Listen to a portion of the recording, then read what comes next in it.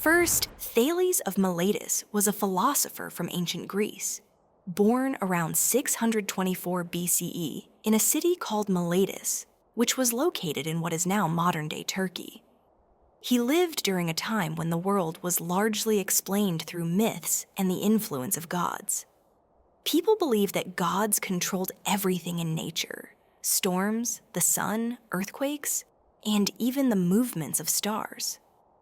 However, Thales began to question these traditional beliefs and looked for natural explanations for what was happening around him. What makes Thales important is that he was one of the first thinkers to try to understand the world without relying on mythology or religion. Instead of saying the gods caused this, he believed that natural events and things in nature could be explained by reason, observation, and investigation. This was a huge step forward in human thinking. Thales is often considered the first philosopher in Western history because he was one of the first to try to explain the world through rational thought and observation. One of Thales' key ideas was that water is the most important element in the world.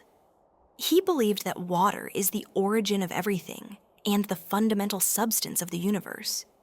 He saw that water is needed for life, and it exists in different forms: liquid, vapor, and ice, and thought this made it the most likely candidate for the primary substance from which everything came.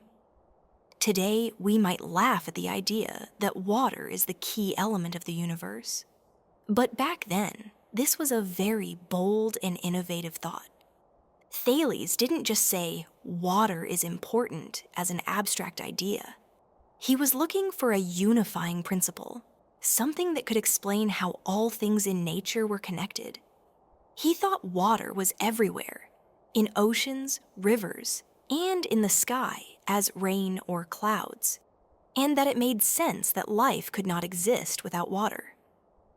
This thinking laid the groundwork for later philosophers, who tried to figure out what the world is made of and how things work in nature. Thales was also an important figure because he made science and math a part of understanding the world. Before him, people didn't think about geometry and mathematics the way we do today. But Thales realized that geometry could help explain the world.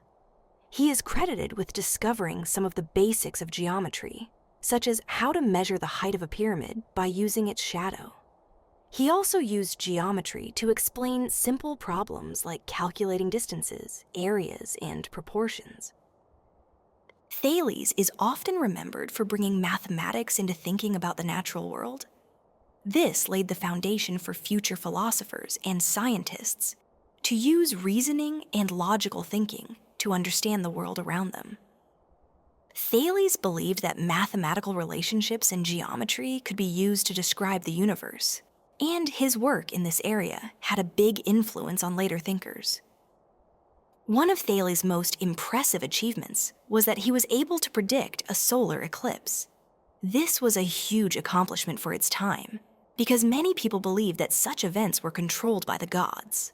Thales, however, realized that solar eclipses happen due to the regular movements of the sun and moon, and he was able to use this knowledge to predict when one would occur. His prediction was important because it showed that natural events followed patterns that could be understood through observation and reasoning. Thales' ideas were groundbreaking, but he wasn't the only one in his time trying to figure out how the world worked. After him, many other thinkers, known as the pre-Socratics, also asked big questions about nature, reality, and existence. They too began moving away from mythological explanations and focused on natural and scientific explanations. Thales is often seen as the starting point for this new way of thinking, because he was one of the first to say that the world can be understood through natural principles and reason, not just the will of the gods. He believed that everything in nature could be explained by something basic and fundamental, something other than divine intervention. His work laid the foundation for philosophers like Anaximander and Heraclitus, who continued to search for the ultimate substance of the universe. Aristotle, much later, would look back at Thales and say that he was the first to ask what the universe is made of, even if he didn't get the answer right. Anaximander, born around 610 BCE in Miletus, same city as Thales, was a Greek philosopher who built upon Thales' ideas, but took them in a different direction. While Thales believed that water was the fundamental substance of the universe, Anaximander proposed that the true origin of everything was something more abstract called the apeiron, meaning the infinite or the boundless. His thinking represented a major shift away from the idea of specific elements, like water being the building blocks of everything. Anaximander's concept of the apeiron was groundbreaking because it suggested that the universe originated from something that was indefinite and unquantifiable, rather than a single physical substance. The apeiron was not something we could see or touch, but a kind of limitless source from which everything in the universe emerges and eventually returns. This idea opened the door for more abstract thinking about the origins of the cosmos, beyond just physical elements like water or fire. Unlike Thales, who focused on what the universe is made of, Anaximander focused on how the universe works. He introduced the idea that the universe operates in a state of balance. He believed that things in the universe are constantly in a struggle to maintain harmony. According to Anaximander, opposites like hot and cold, wet and dry, light and dark, must constantly balance each other out to keep everything in the cosmos functioning properly. For instance, he thought that the Earth was suspended in space without falling because it was perfectly balanced between the forces of nature. This was an important shift from the earlier mythological view, where gods and supernatural forces were believed to control the universe. Anaximander's idea was that natural laws and forces created the balance and order in the world. Anaximander is also credited with making important contributions to astronomy and geography. He was one of the first to suggest that the Earth is not flat, but is instead a cylinder floating in space. He also proposed that the sun, moon, and stars were all made of fire, and that they move in circular paths around the Earth. While this idea was later replaced by more accurate models, Anaximander's thinking was a step forward in trying to understand the cosmos in a more scientific way, using reason rather than myth. He also tried to explain the origins of life. According to Anaximander, life began in the sea, and over time, creatures evolved and adapted to different environments. This early idea about evolution was a precursor to later scientific ideas, though it was not as developed as what we understand today. Anaximander's ideas were crucial because they pushed the boundaries of early Greek philosophy, encouraging people to think beyond everyday experiences and look for more abstract, universal principles. His emphasis on balance and the nature of the cosmos influenced later philosophers, including Heraclitus and Plato, and helped lay the groundwork for future scientific exploration. Though we don't have all of his works today, Anaximander's ideas still shaped the way humans started to think about the world in terms of reason and natural law, rather than relying solely on supernatural explanations. Anaximenes, born around 585 BCE in Miletus, was a philosopher who, like his predecessors Thales and Anaximander, sought to understand the origins of the universe. However, Anaximenes took a different approach from both Thales' water and Anaximander's apeiron. Anaximenes believed that the fundamental substance of the universe was air, or air in Greek. This idea set him apart, as he was the first to claim that air was the primary material that created all things in the universe. For Anaximenes, air was the source of all life and existence. He explained that everything in the world, from the stars to living creatures, was made from air in different forms. According to him, air could change into other substances through processes of condensation and rarefaction. When air condensed, it became water or earth, and when it became rarer, it transformed into fire. This idea was an early attempt to understand how different elements in the world could be connected, and how one could transform into another. This was an important step in the development of scientific thinking, because it moved away from the idea that the world was made of just one element, like Thales water, or an abstract concept, like Anaximander's apeiron, and instead proposed a more dynamic substance, something that could be observed and interacted with. Anaximenes believed that the universe was orderly, but it was also shaped by the interactions of natural forces like air, fire, water, and earth. He viewed the earth as flat and floating on air, similar to the way we would see a piece of paper floating on a body of water today. Anaximenes believed that the sun, moon, and stars were all formed from air, and that the sun's warmth could be explained as the result of air becoming more rare, and thus hotter. This view of the cosmos was a step forward in trying to explain the universe in natural, observable terms, rather than relying on mythological or religious explanations. By making air central to his model, Anaximenes was attempting to ground his philosophy in a universal principle that everyone could understand, as air was something essential and common to all life. Anaximenes' ideas were important because they continued the philosophical shift from mythological explanations of the world to more naturalistic ones. His theory about the role of air in creating all matter influenced later philosophers and thinkers who would continue to search for the basic substance of the universe.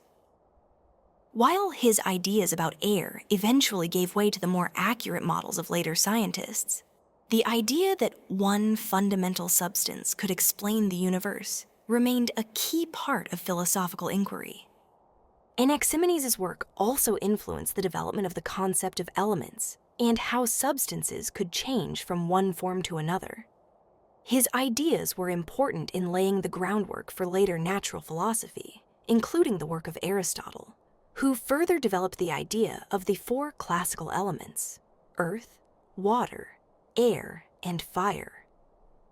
Pythagoras, born around 570 BCE on the island of Samos in Greece, was a mathematician, philosopher, and religious leader. He is best known for his work in mathematics, particularly the Pythagorean theorem, but his influence stretches far beyond math. Pythagoras founded a religious movement known as the Pythagorean school, which blended philosophy, mathematics, and spiritual beliefs. His ideas had a lasting impact on philosophy, music, astronomy, and even the development of mathematical theories. Pythagoras believed that numbers were the key to understanding the universe. He and his followers, the Pythagoreans, thought that everything in the world, from the stars to music to human life, could be explained through numbers and mathematical relationships. For them, the universe was governed by mathematical harmony. This idea was revolutionary because it suggested that the world was not just a collection of random, chaotic elements, but rather a structured, harmonious system that could be understood through mathematical principles. One of Pythagoras' most famous contributions to mathematics is the Pythagorean theorem, which deals with the relationship between the sides of a right triangle. The theorem states that the square of the hypotenuse, the side opposite the right angle, is equal to the sum of the squares of the other two sides. This theorem is one of the fundamental principles in geometry, and it laid the foundation for much of modern mathematics and science. Pythagoras also believed that music was deeply connected to mathematics. He discovered that the intervals between musical notes could be expressed through simple mathematical ratios. For example, when he struck different lengths of string on a musical instrument, he found that the ratio of the string lengths determined the pitch of the sound. This led him to believe that mathematical harmony was present not only in music, but in all aspects of life. He and his followers believed that understanding these mathematical relationships could help humans achieve a more harmonious and balanced life. Alongside his work in mathematics, Pythagoras founded a religious community that followed strict rules and spiritual practices.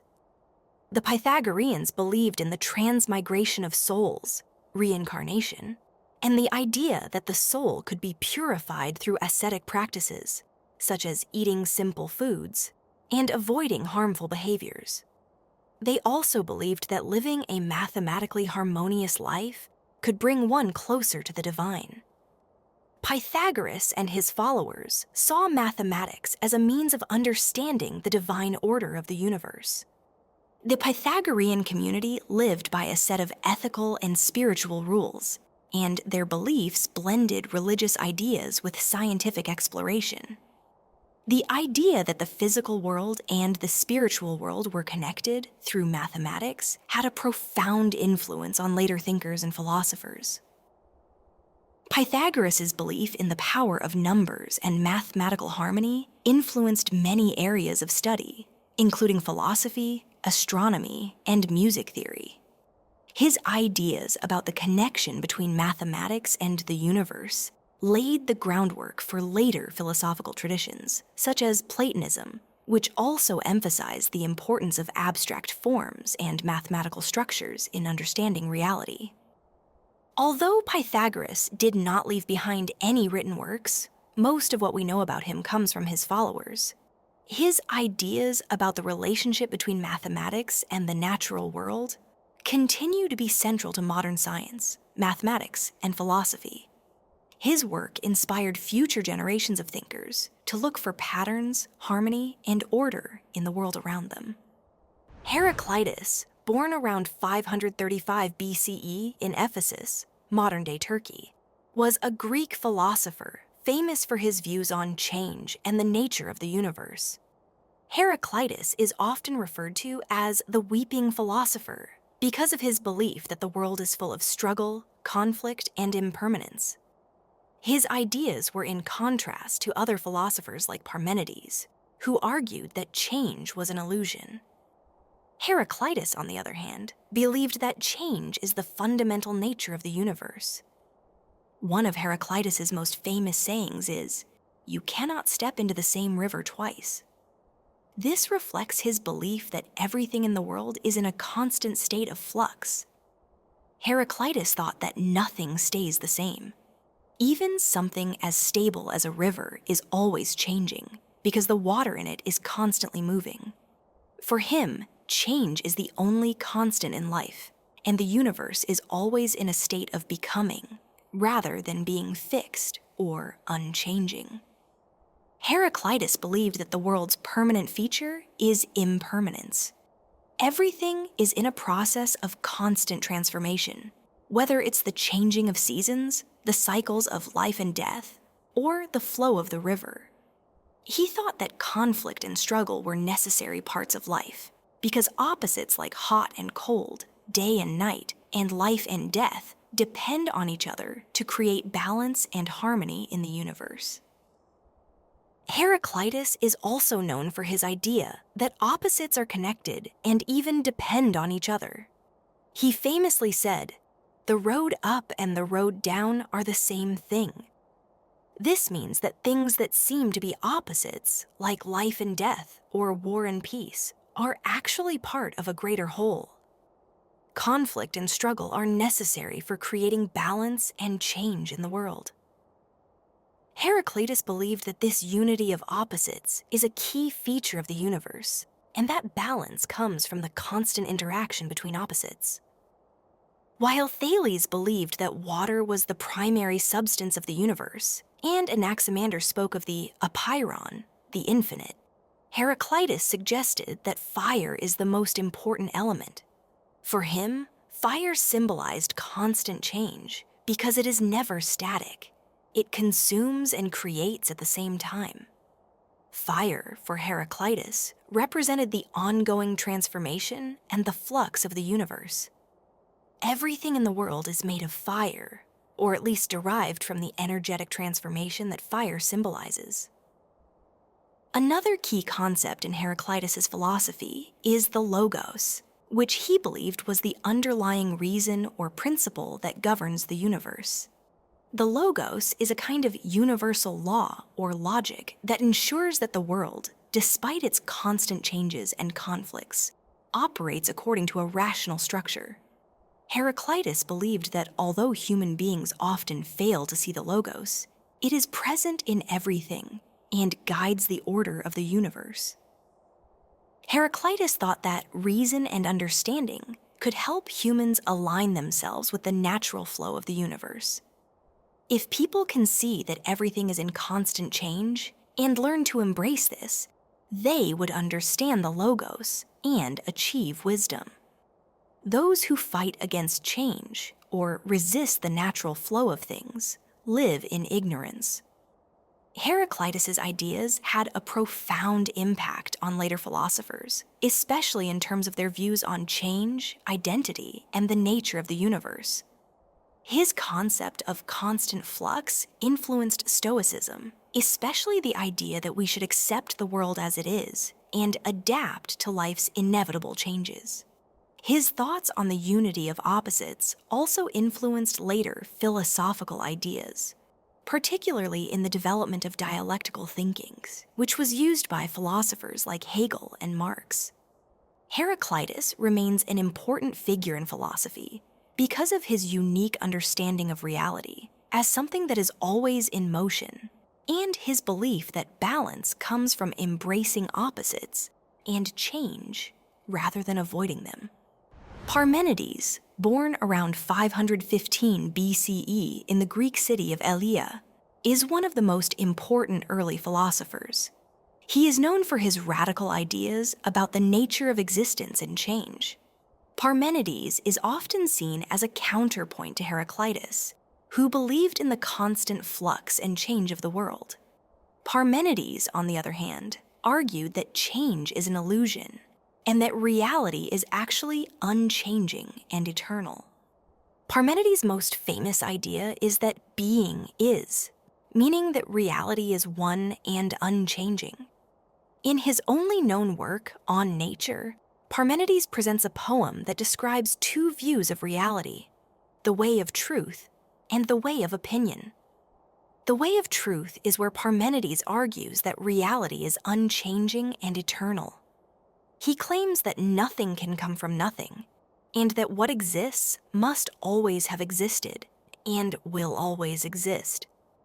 This unchanging existence is what he refers to as being, and he says that this is the only true reality. In contrast, the way of opinion is the everyday world of appearance and change, the world of our senses, which Parmenides argues is deceptive. He believed that the senses mislead us because they show us a world of constant change, birth, and destruction.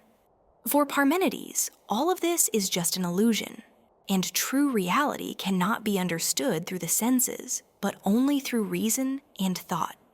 Parmenides' view that change is impossible is based on his reasoning that if something comes into being, it must come from something that already exists. If it were to come from nothing, it would be impossible.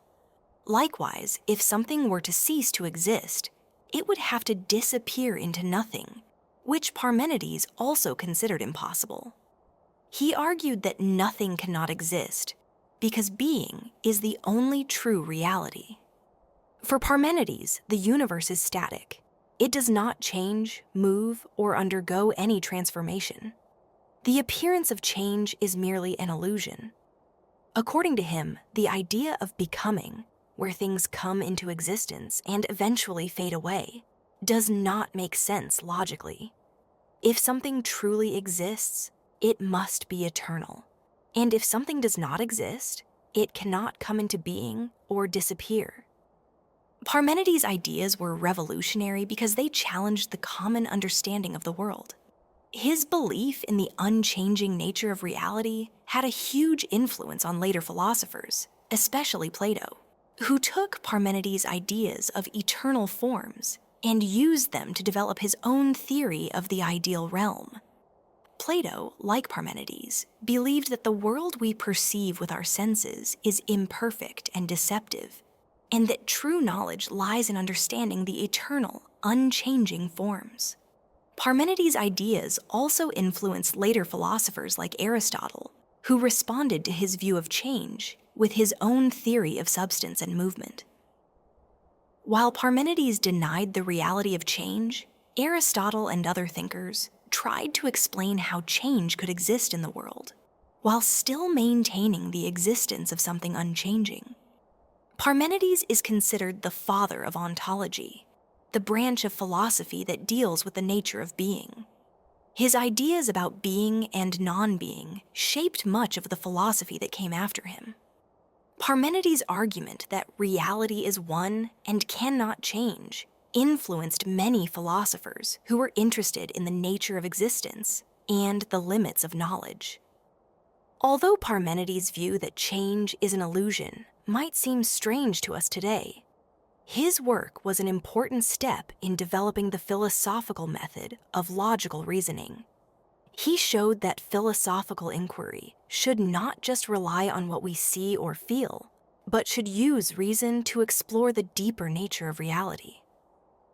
Empedocles, born around 495 BCE in the Greek colony of Aquinas, modern-day Sicily, was a philosopher, poet, and scientist who proposed a theory of the world based on the combination of four elements: earth, air, fire, and water. His ideas were a significant development in ancient thought, as he introduced the notion that everything in the world is made of a mixture of these basic elements.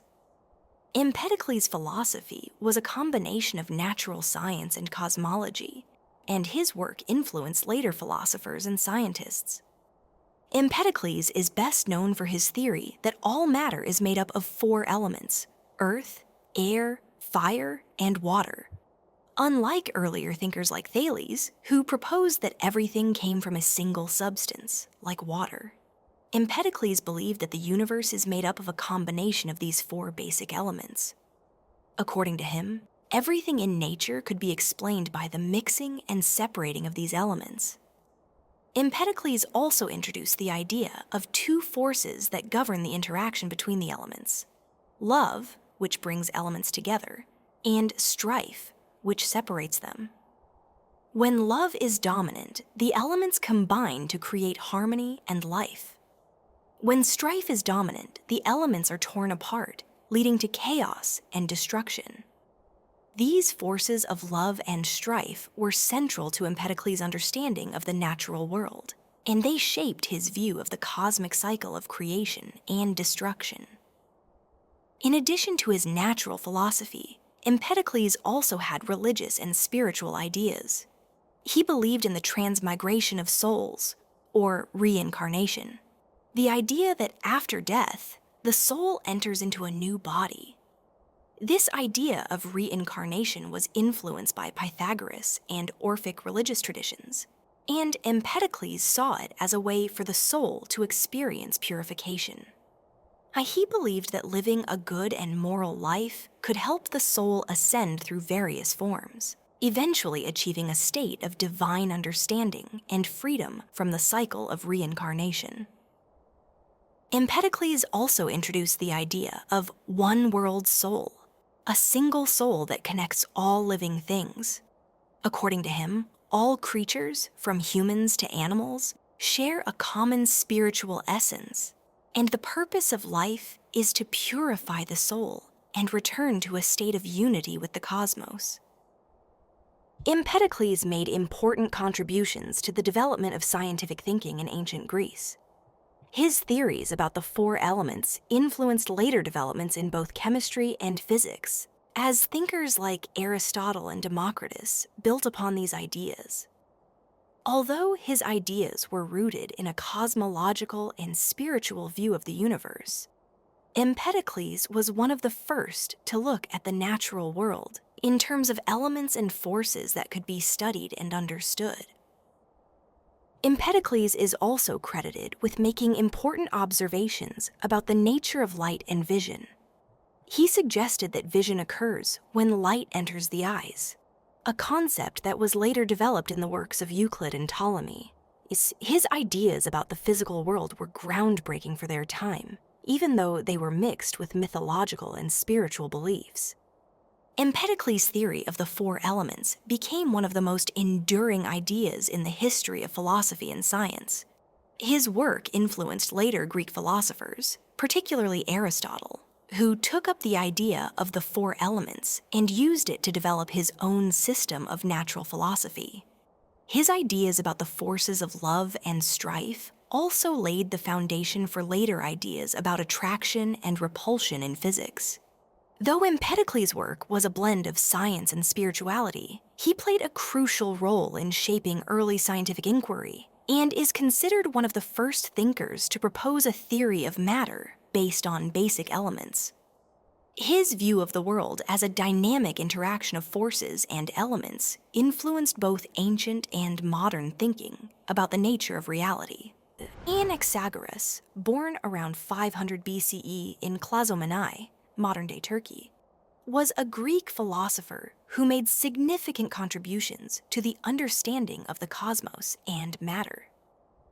Anaxagoras is best known for introducing the concept of nous, translated as mind or intellect, as the force that organizes and governs the universe.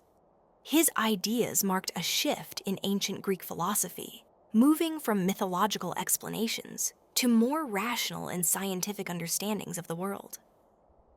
One of Anaxagoras' most important ideas was his theory that everything in the universe is made up of infinitely divisible particles, or seeds. Unlike earlier philosophers like Empedocles, who believed in the four elements, earth, air, fire, and water, Anaxagoras proposed that everything is composed of an infinite number of basic substances. He believed that all substances exist in everything, but in varying proportions.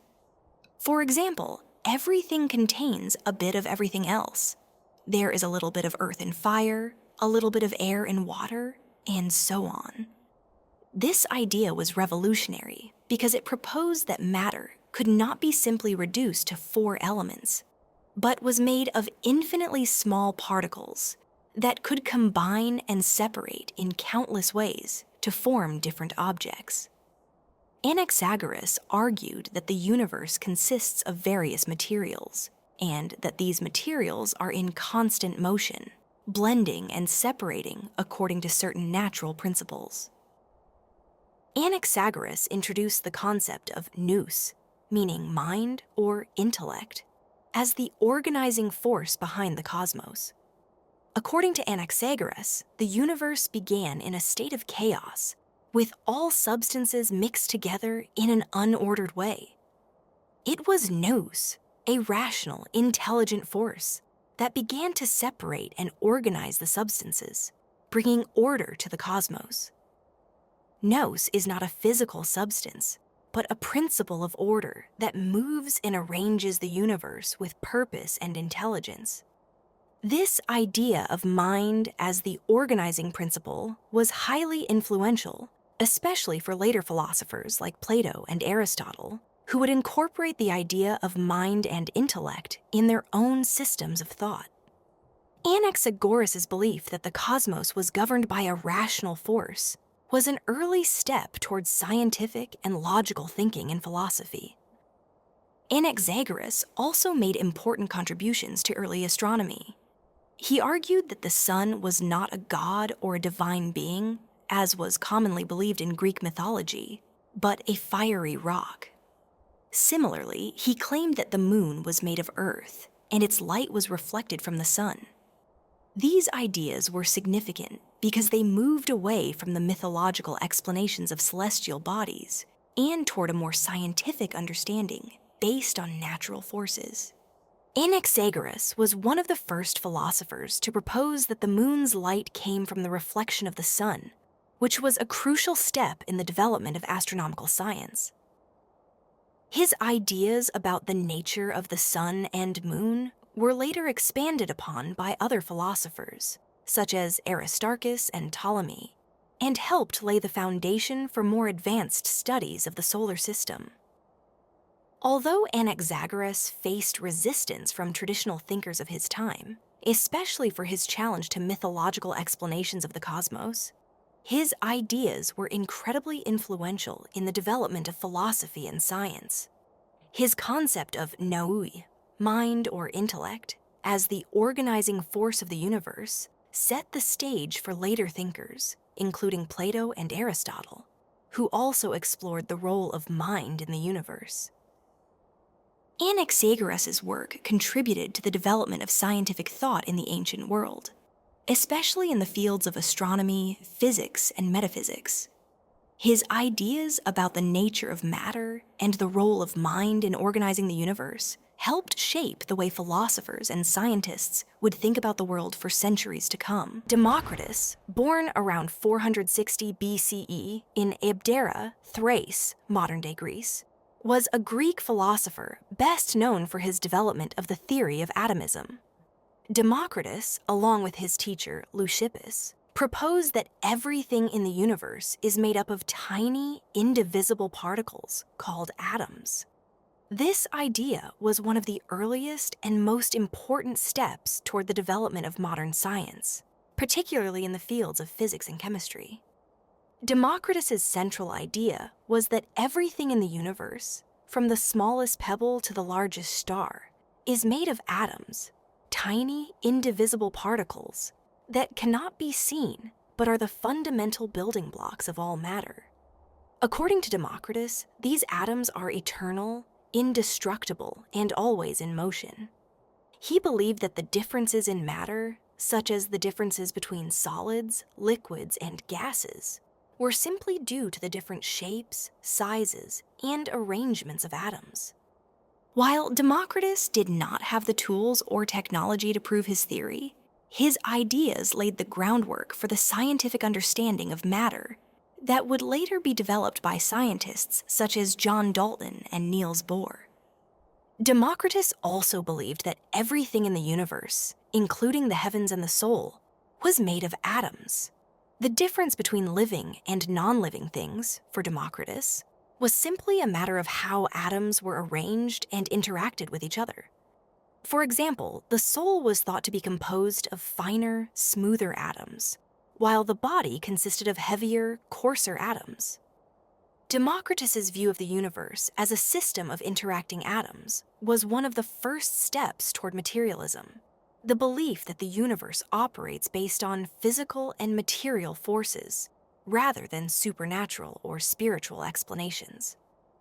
Democritus believed that knowledge comes from the interaction between our senses and the world of atoms.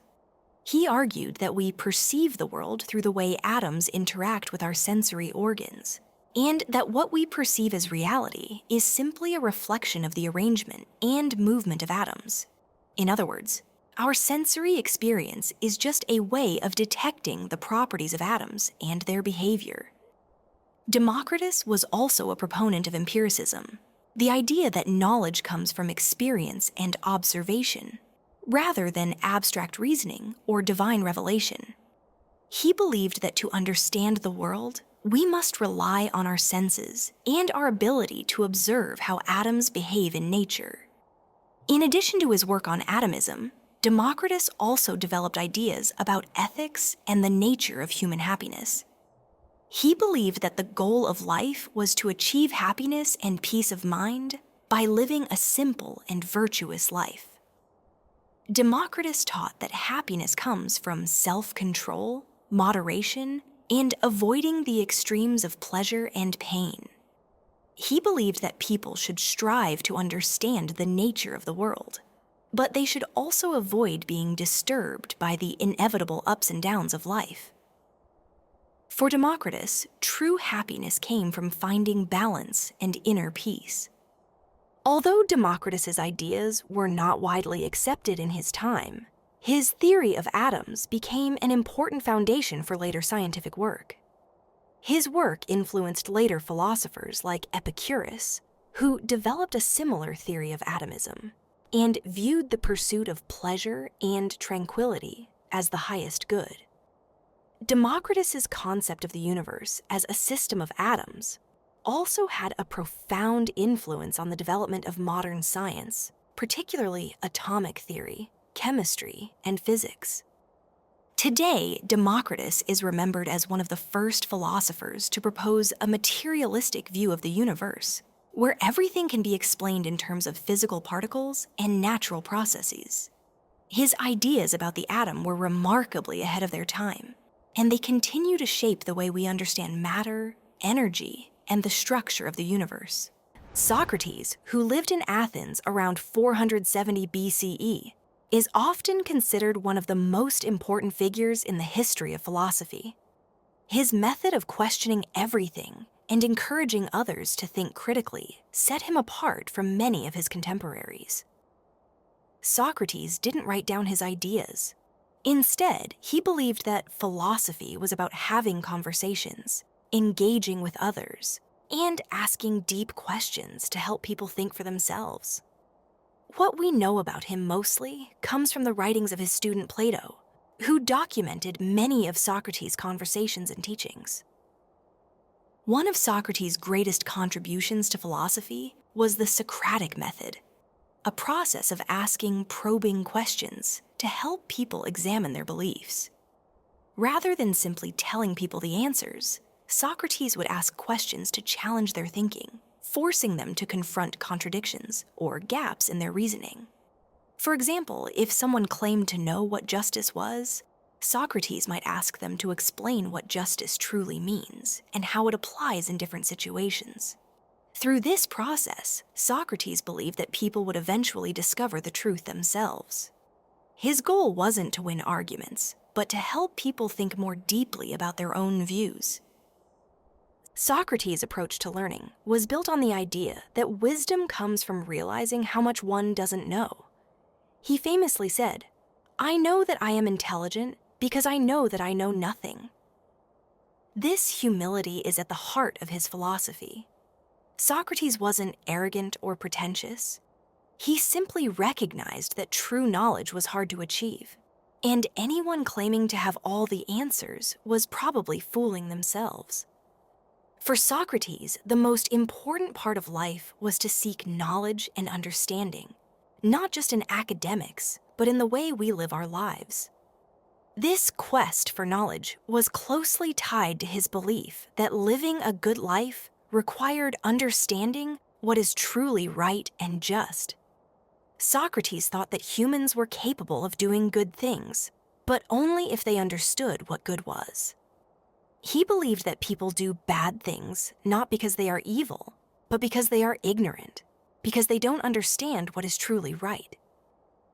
So, for Socrates, the key to improving human behavior was education. By teaching people how to think clearly and reason well, they would naturally become better and more virtuous individuals. He believed that knowledge and virtue were deeply connected. If people understood what was right, they would naturally do what was right. Socrates placed a strong emphasis on the idea of living an examined life. He believed that life should not be lived simply by following tradition or doing things without thought, but instead, we should reflect on our actions and beliefs. Socrates famously said, "The unexamined life is not worth living." He believed that if we are to live truly meaningful lives, we must constantly question and reflect on our beliefs and actions. This self-reflection is what Socrates thought made life worth living, and it was his central message. He encouraged others to always ask, "Why do I believe this? Is this truly right?" Socrates' approach to life and philosophy often put him at odds with the people in power. He questioned everything, especially the values and beliefs of Athens. For example, he challenged the idea that wealth and success were the most important goals in life. He believed that moral virtue and wisdom were far more important. His willingness to speak truth to power made him many enemies, and he was often seen as a troublemaker or even dangerous. Eventually, this led to his trial. In 399 BCE, Socrates was put on trial for corrupting the youth of Athens and for impiety, meaning that he was accused of disrespecting the gods of Athens. He was found guilty and sentenced to death. He was given the option to go into exile, but Socrates chose to face his death calmly, saying that he would rather die than give up his philosophical mission. He was sentenced to drink hemlock, a poison which he did without fear or resistance. His calm acceptance of death is often seen as the ultimate example of living a virtuous life in line with his teachings. Even though Socrates died at a young age, his influence on philosophy was immense. His student Plato went on to write many works that featured Socrates as the main character, teaching people about ethics, politics, and knowledge. Through Plato's writings, Socrates' ideas became foundational to Western philosophy. Socrates' method of questioning, his search for truth, and his focus on ethics and virtue had a lasting impact on the way we think about knowledge and how we should live. What makes Socrates so relevant today is his belief that true wisdom comes from questioning and seeking understanding, rather than simply accepting what we are told. His focus on critical thinking and self-examination remains at the core of modern philosophy, education, and ethics. He taught that the most important thing in life is to know yourself, to seek truth, and to live a life of virtue. Plato, born around 428 BCE in Athens, lived during a time of great political upheaval and intellectual transformation in ancient Greece. Athens was recovering from the devastating effects of the Peloponnesian War, 431 to 404 BCE, which had seen Athens lose its dominance to Sparta and its own democratic systems weaken. This period of instability profoundly affected Plato's thinking. He witnessed the fall of Athens' democracy, the execution of his teacher Socrates, and the rise of more oligarchic forms of government, all of which contributed to his philosophical vision for a better society. Plato's philosophical career was deeply influenced by his teacher, Socrates. Socrates was known for his Socratic method, which involved questioning people about their beliefs to help them examine their assumptions and uncover deeper truths. Socrates' focus was on ethics and how to live a virtuous life. However, Socrates was sentenced to death by the Athenian government for allegedly corrupting the youth in impiety. This event deeply affected Plato, and it shaped his lifelong interest in justice, political systems, and the ideal way to organize society. Plato's idealism grew out of his reaction to the chaotic and corrupt world around him. His works sought to address the questions of how to live a good life and how to build a just society in the face of a world that often seemed unjust. One of Plato's most famous and enduring contributions to philosophy is his theory of the forms. He believed that the world we see around us is not the true reality, but only a shadow or imperfect copy of the real world, which is made up of eternal and unchanging forms. For example, while we encounter many different chairs in the physical world, Plato argued that all chairs are imperfect copies of the perfect form of a chair, which exists in a non-physical realm. Similarly, concepts like beauty, justice, and goodness exist as perfect forms, and our experiences of beauty or justice in the world are only fleeting glimpses of these ideal forms. This theory of the forms was deeply idealistic and metaphysical. It suggested that true knowledge could not be gained through the senses, which only provide us with imperfect, transient experiences. Instead, knowledge of the forms could only be attained through reason, philosophical thinking, and intellectual contemplation. Plato argued that the physical world was constantly changing and imperfect, but the world of forms was timeless and eternal. The idea of the forms was a response to Heraclitus, who believed that everything is in constant flux and change. While Heraclitus saw the world as constantly in motion, Plato believed that the real, true essence of things was found in the ideal and unchanging world of forms. This made Plato's philosophy more static and idealistic, as he believed that the ultimate truth was unchanging, unlike the world around us. Plato's ideas about the forms were not limited to metaphysics. They had major implications for ethics and political theory. In his famous work, The Republic, Plato explores the nature of justice and how to achieve a just society. In this work, Plato presents his vision of an ideal city, one ruled by philosopher kings, rulers who are both wise and virtuous, and who understand the forms, especially the form of justice. For Plato, only those who understood the true nature of justice and had lived a life of wisdom could lead society. The philosopher kings would ensure that the society was governed based on the principles of truth and reason, rather than the whims of the masses or the interests of the powerful. The society Plato envisions in the Republic is a rigidly structured one, divided into 3 classes: the rulers, philosophers, the warriors, soldiers, and the producers, farmers, craftsmen, and merchants. He believed that a just society could only function if each person performed the role they were best suited for and contributed to the common good. The rulers, as the wisest and most knowledgeable, would guide the city, the warriors would protect it, and the producers would provide the material goods needed for the city to thrive. One of the key concepts in the Republic is the allegory of the cave, which Plato uses to explain the difference between the world of appearances and the world of reality. In this allegory, prisoners are chained in a cave and can only see the shadows of objects projected onto the wall in front of them. These shadows represent the illusions of the physical world.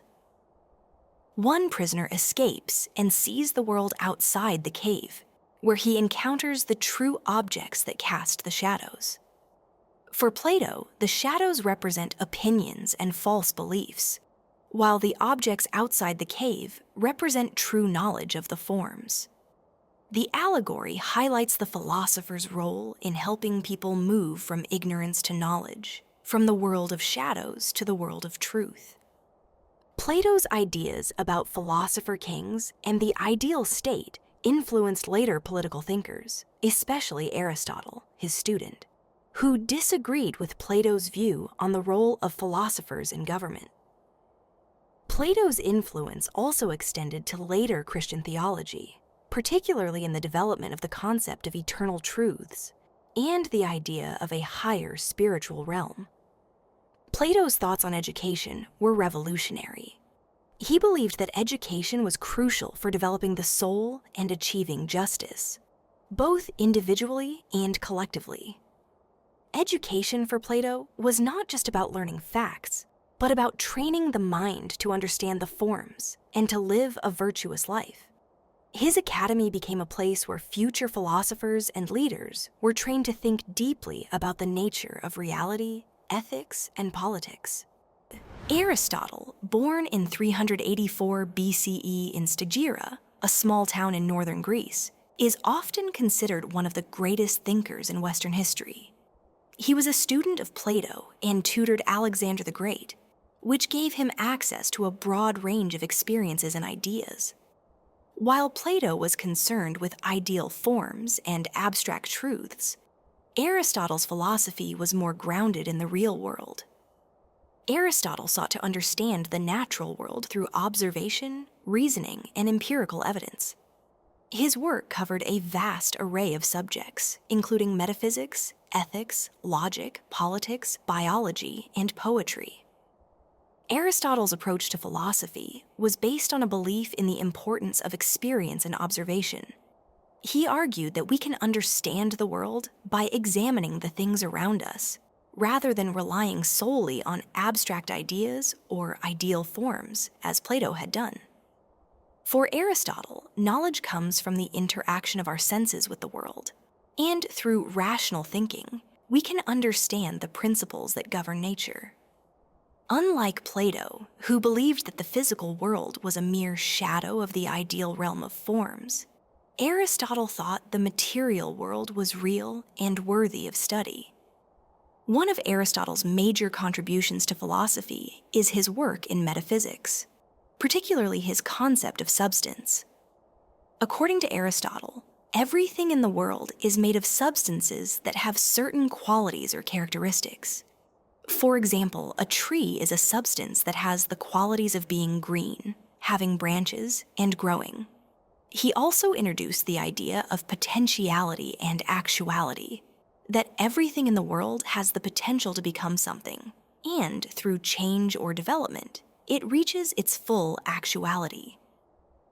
In his work, Aristotle also discussed the idea of causes, outlining 4 types of causes that explain why things happen. Material cause, what something is made of. Formal cause, the shape or structure of something. Efficient cause, the agent or force that brings something about. And final cause, the purpose or goal of something. The final cause, or telos, became a central idea in Aristotle's philosophy, as he believed everything in nature has an inherent purpose or end. In ethics, Aristotle developed a theory known as the ethics of virtue. He argued that the key to a good and fulfilling life is to practice virtue, excellence in character. For Aristotle, virtue is not something you are born with. It is something that you develop through habit and action. He believed that living a virtuous life was about finding a balance between extremes, which he called the golden mean. For example, courage is the virtue between the extremes of cowardice and recklessness, and generosity is the virtue between stinginess and extravagance. According to Aristotle, the goal of life is to achieve eudaimonia, which means flourishing or living well.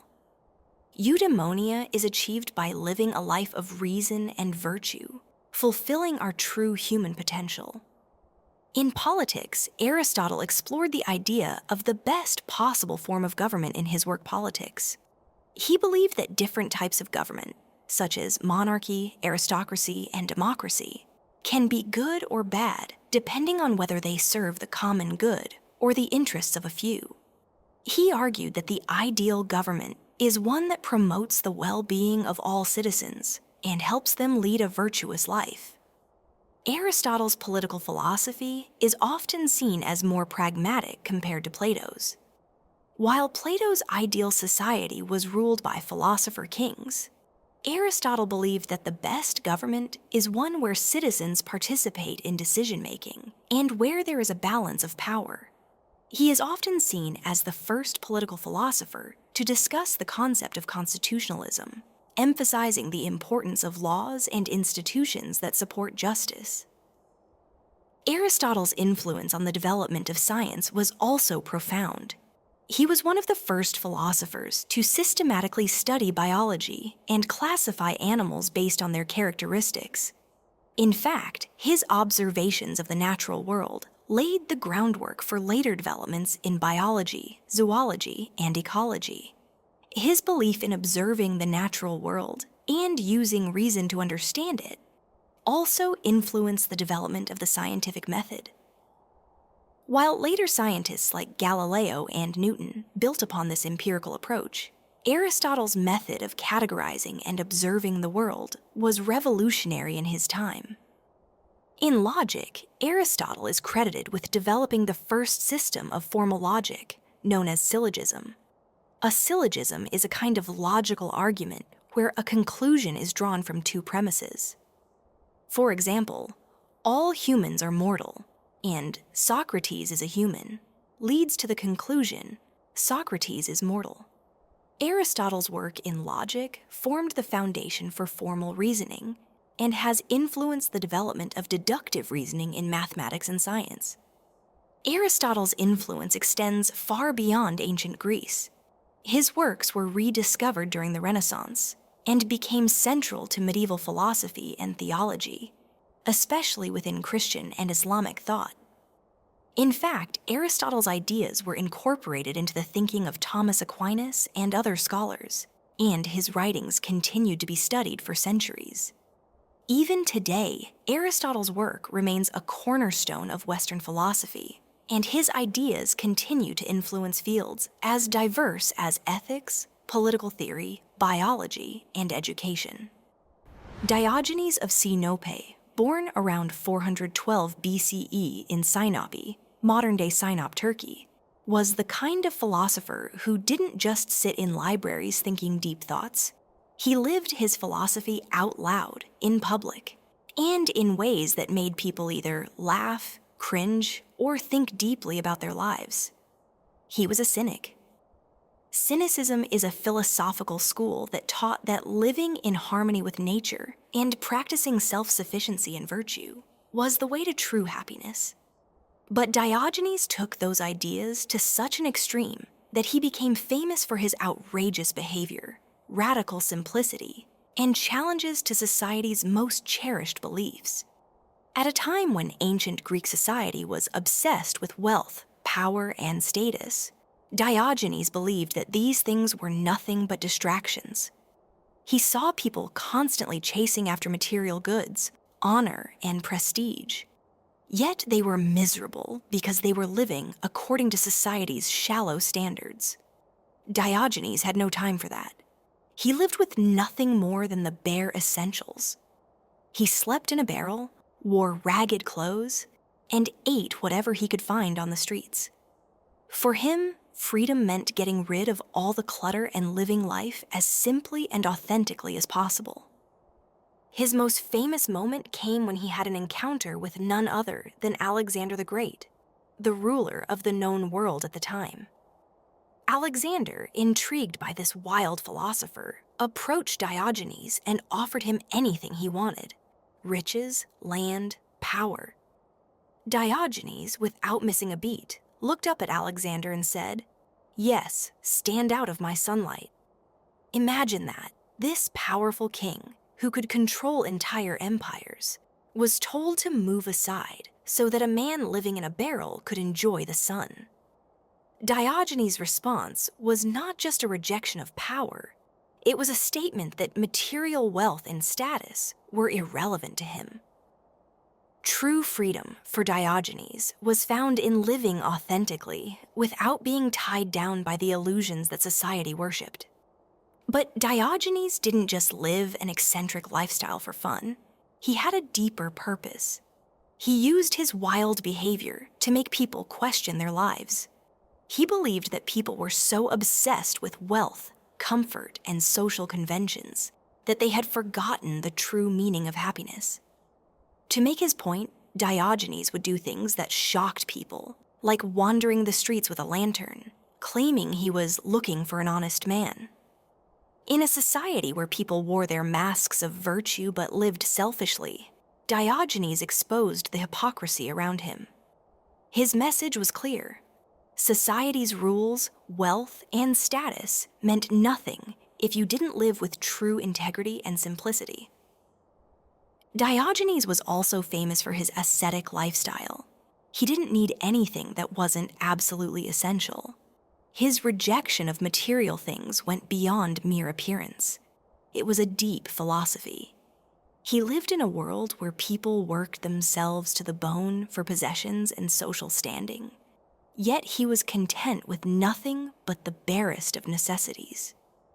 He believed that happiness was not about luxuries, but about self-sufficiency and the freedom that came from needing nothing. His life was a direct critique of the social order, where people spent their days chasing after things that didn't bring them true fulfillment. Perhaps the most provocative part of Diogenes' philosophy was his rejection of social conventions. To him, things like family, property, and self-respect were just social constructs, unnecessary distractions that kept people from living according to nature. He didn't see value in upholding these ideals if they meant living inauthentically. Instead, he believed in being honest and authentic, regardless of how society might judge you. But Diogenes wasn't just about making noise. His ideas actually had a lasting impact on later philosophy, particularly Stoicism. Thinkers like Zeno of Citium, who founded the Stoic school, were influenced by Diogenes' belief in living according to nature, rejecting the artificial needs of society, and cultivating virtue over wealth. His boldness and daring made him a symbol of philosophical freedom, someone who wasn't afraid to live his beliefs, no matter how radical or unpopular they might seem. In the end, Diogenes' life was more than just about rejecting social norms or living in a barrel. It was about questioning the world around him and challenging others to think for themselves. He didn't need to write books or give long speeches. His life itself was a lesson. Pyrrho of Elis, born around 360 BCE, was a Greek philosopher who is best known as the founder of skepticism, a school of thought that challenged the possibility of attaining certain knowledge. Unlike many of the philosophers who came before him, Pyrrho was not interested in developing elaborate theories about the nature of reality or the universe. Instead, he was deeply concerned with the limitations of human perception and the question of whether we can ever truly know anything for certain. His philosophy was a response to the conflicting theories and beliefs that he encountered during his time. Pyrrho's ideas were influenced by his travels, particularly a journey to India, where he came into contact with Indian philosophers, including Buddhists and Jains, who practiced a form of meditation and contemplation. These teachings helped shape his view that the search for certain knowledge was futile. He observed that different people, cultures, and traditions often held conflicting beliefs about the nature of the world, and this led him to question whether it was possible to ever know the truth. Pyrrho's philosophy was grounded in the belief that certainty was out of reach, and that it was better to suspend judgment and live without strong opinions on matters of knowledge and truth. At the heart of Pyrrho's skepticism was the idea that sense perception, what we see, hear, touch, and feel, is often unreliable. For example, when we look at a tree, it might seem like it's the same tree we saw earlier, but our senses are not infallible. What we perceive may not actually correspond to the true nature of the tree. This led Pyrrho to argue that our senses are limited, and that we cannot trust them to provide accurate knowledge about the world. In addition, our minds often form opinions and judgments based on those perceptions, but those judgments are subject to error and bias. As a result, Pyrrho concluded that we should suspend judgment on all matters, avoiding the extremes of certainty and doubt. One of the central tenets of Pyrrho's philosophy was that people should aim to live a life of peace and contentment, free from the turmoil of worrying about whether their beliefs are true or false. Pyrrho believed that by suspending judgment and accepting that we cannot know things for certain, we could achieve a state of equanimity. This would allow individuals to live calmly and without anxiety, not burdened by the weight of trying to figure out the truth of every issue. In his view, the path to happiness and tranquility lay in accepting uncertainty and focusing on living well, rather than obsessing over intellectual certainty or the quest for knowledge. Pyrrho's ideas were further developed by his followers, who became known as the Pyrrhonists. They emphasized the importance of suspending judgment on all matters and adopting a neutral stance toward the world.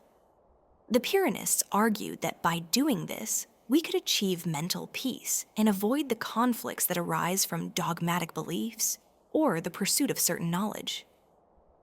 This emphasis on suspension of judgment was a key feature of skepticism, which later influenced other thinkers, including the Roman philosopher Sextus Empiricus.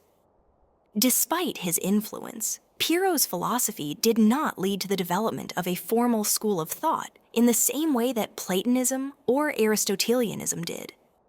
Pyrrho himself did not write down his teachings, and much of what we know about him comes from his followers and later historians.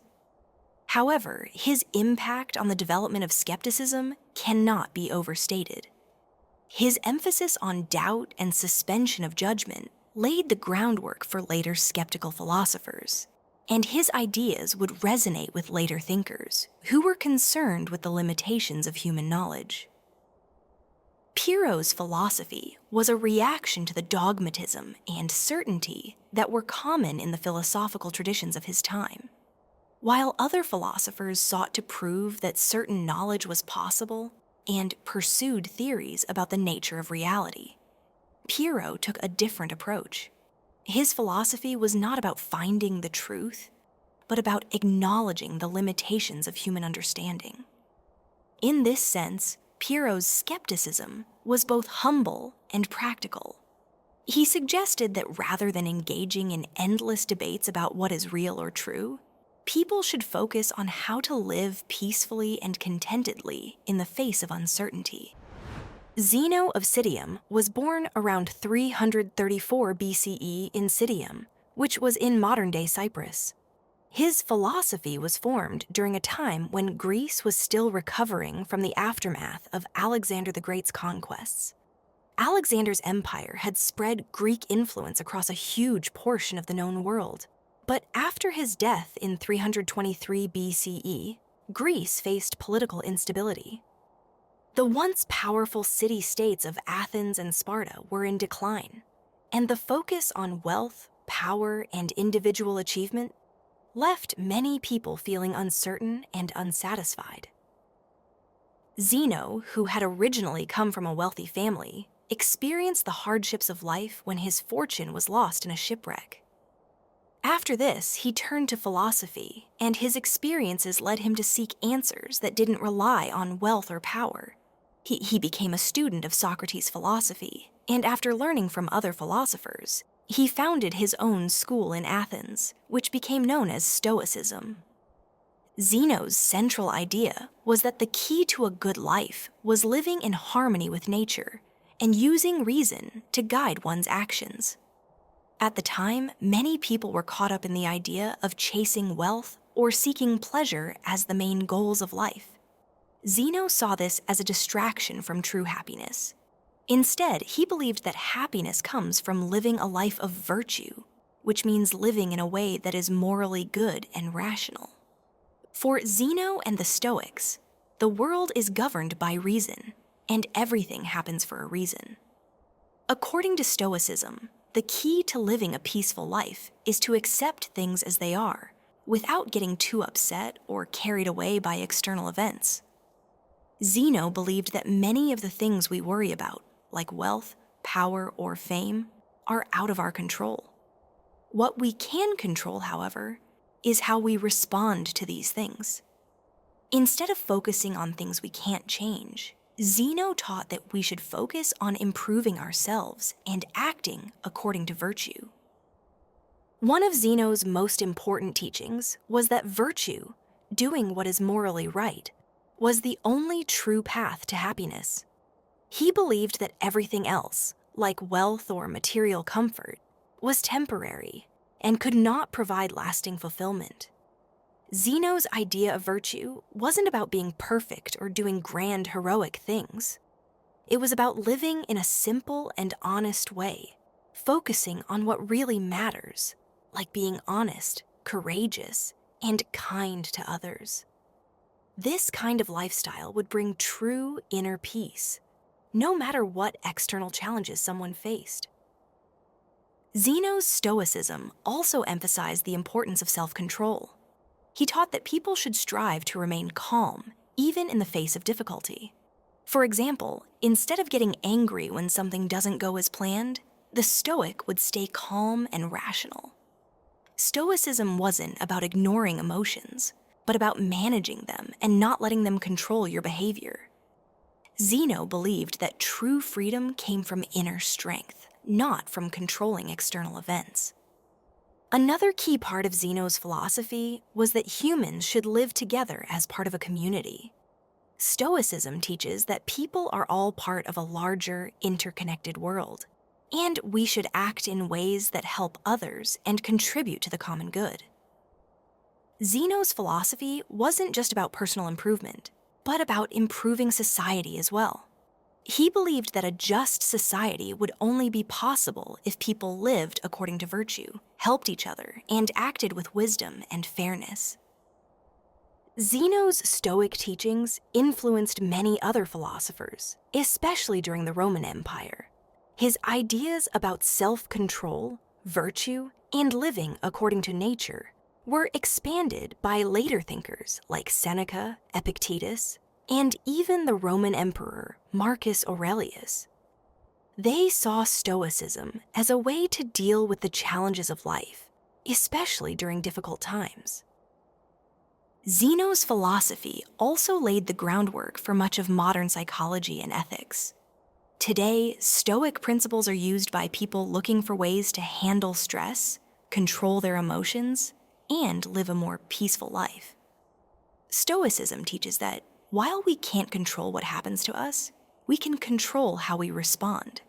And by focusing on what really matters, our character and actions, we can achieve lasting peace and happiness. Epicurus, born around 341 BCE on the island of Samos in Greece, lived during a time when Greece was still recovering from the chaos left by Alexander the Great's empire.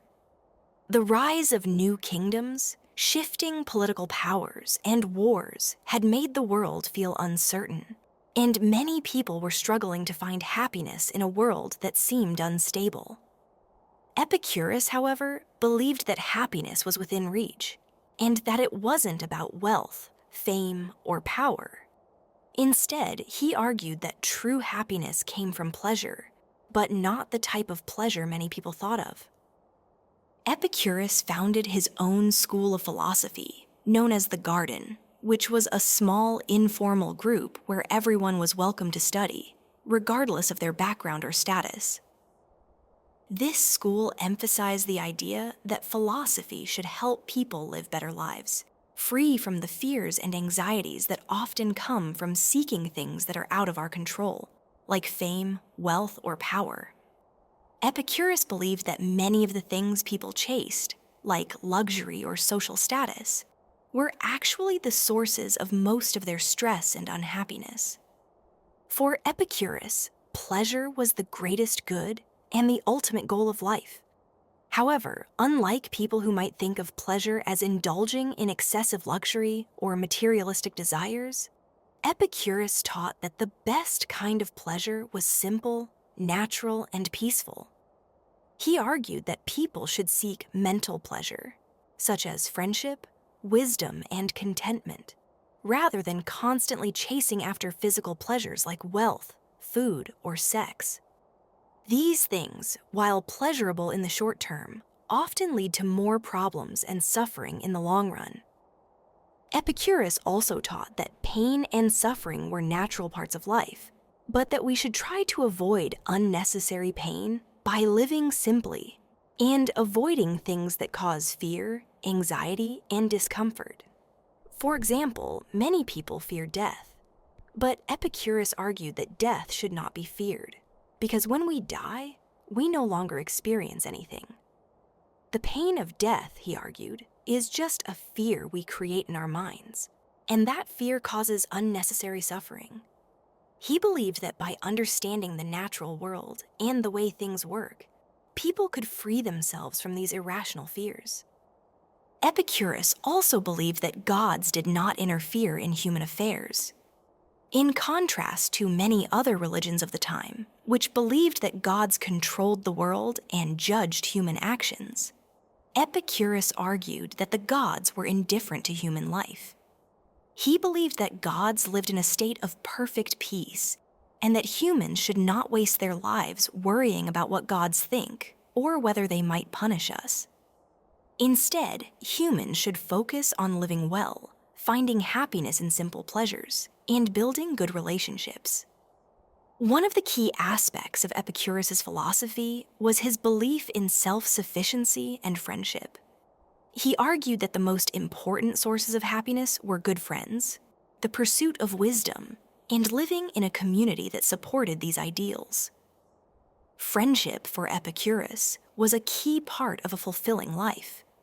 He believed that mutual respect and shared happiness were essential, and that having people to share ideas, laughter, and simple pleasures with was one of the greatest sources of joy. While many philosophers of his time were focused on lofty ideas about the nature of the universe, Epicurus kept things practical. He wasn't interested in abstract theories about reality. He wanted people to live their best lives, free from unnecessary stress and fear. His ideas about pleasure and happiness weren't about selfish indulgence, but about living simply and focusing on the things that really matter: peace of mind, friendship, and living in accordance with nature.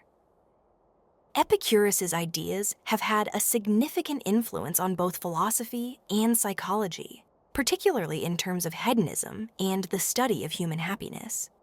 His thoughts on pleasure, pain, and fear continue to be explored by modern thinkers who study well-being and the psychology of happiness. His belief that people should live simply, focus on what they can control, and embrace the joys of friendship and self-reflection resonates with people today who seek a more peaceful, fulfilling life. Marcus Aurelius, born in 121 CE, was a Roman emperor. But unlike many rulers who sought to build their empires through force and ambition, Marcus Aurelius was also deeply committed to philosophy. He is often remembered as the philosopher king, a leader who lived according to Stoic principles and who applied his philosophical beliefs to the challenges of ruling an empire. His reign was marked by wars and internal conflicts, yet through it all, Marcus Aurelius sought to embody Stoic values, focusing on virtue, self-discipline, and wisdom. When Marcus became emperor, he faced immense pressures from both external enemies and internal political instability. The Roman Empire was dealing with numerous wars along its borders and was beginning to show signs of internal decay. But rather than letting these pressures overwhelm him, Marcus Aurelius used Stoicism as a guide for dealing with the stresses of leadership and the uncertainties of life. Stoicism, a philosophy that teaches living in accordance with nature, reason, and virtue, encouraged him to focus on what he could control and to accept with calmness the things he could not. One of the central ideas that Marcus Aurelius practiced was that of inner peace. Stoicism teaches that we cannot control external events, whether they are political, personal, or natural, but we can control how we react to them. This mindset helped Marcus Aurelius maintain equanimity, a state of calmness and balance, in the face of constant challenges. In his personal journal, known today as Meditations, Marcus wrote about the importance of self-reflection and the need to remain grounded in virtue, no matter what happened around him. He understood that external success and failure were out of his control, and that the only true measure of a person's life was their inner character.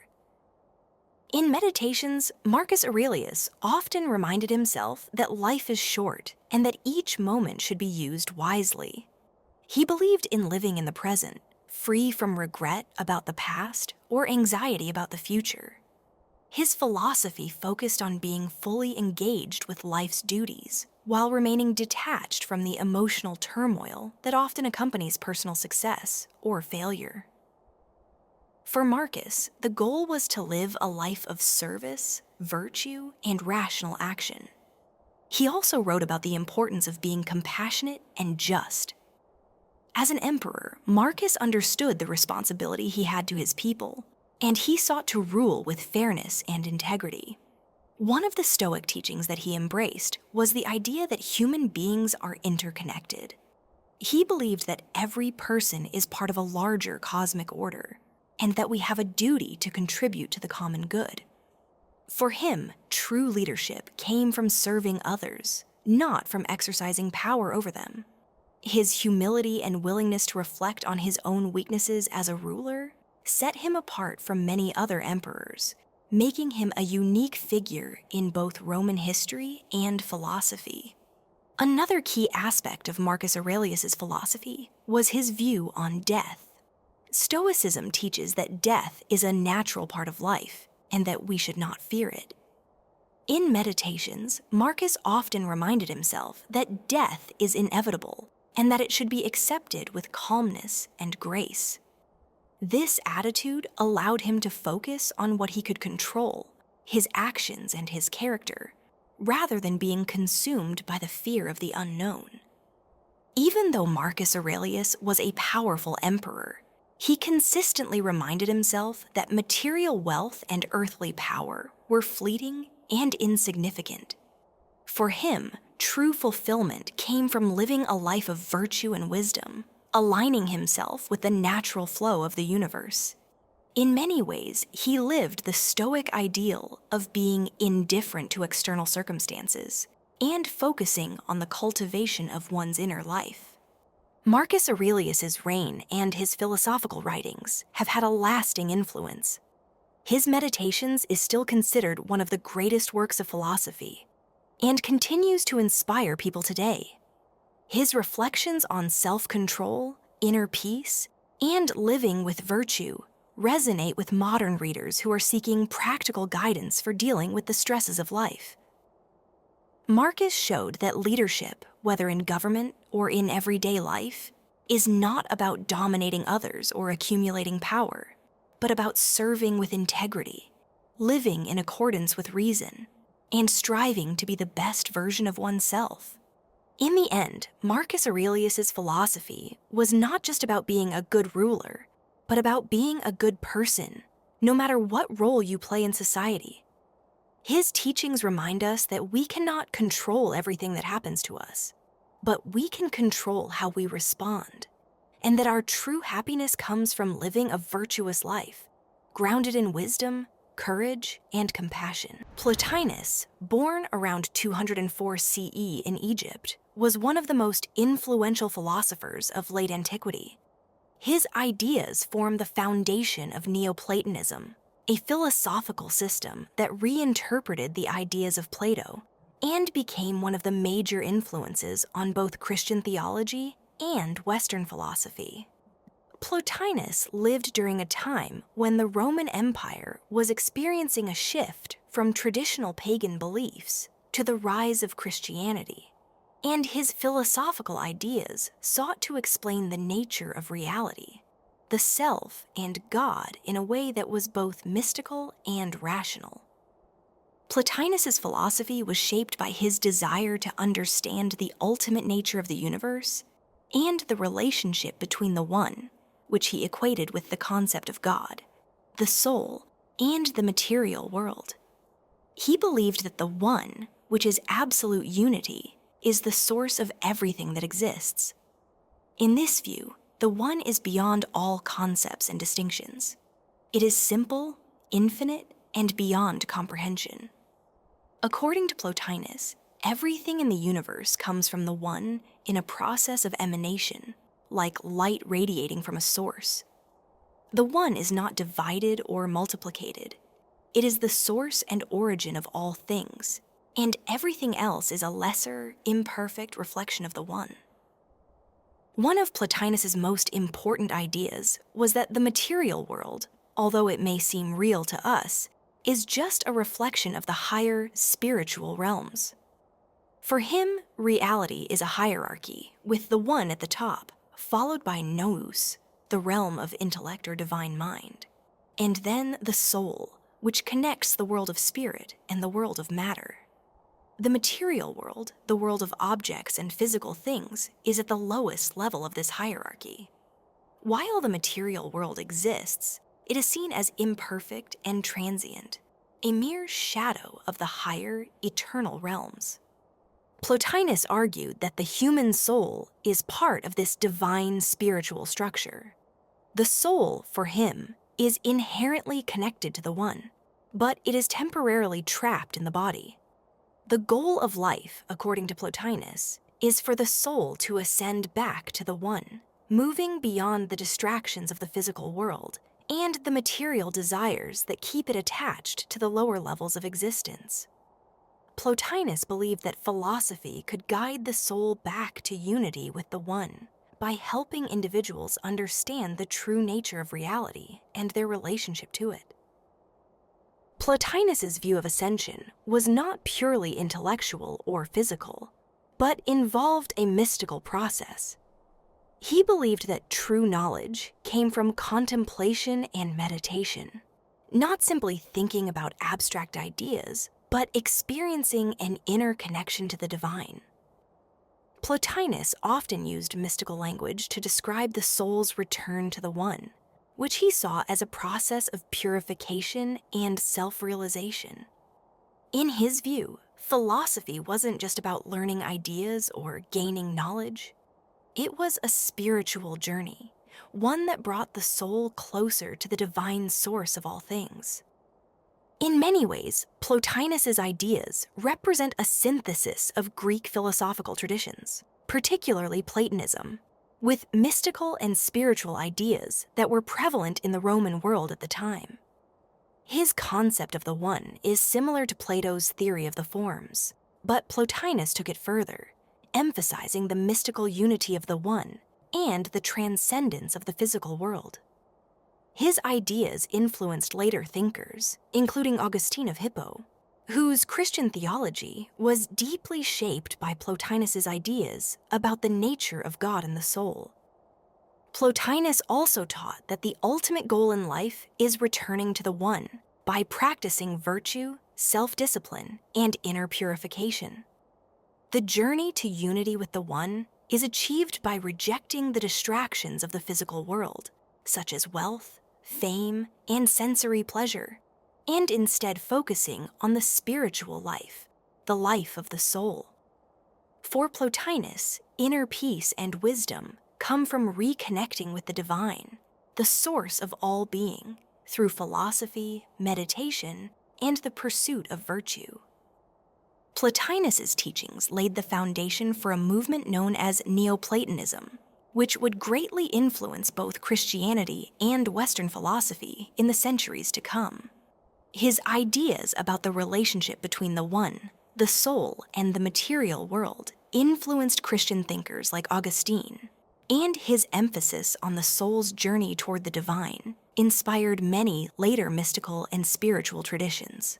Augustine of Hippo, born in 354 CE in what is now Algeria, was one of the most influential philosophers and theologians in the history of Western thought.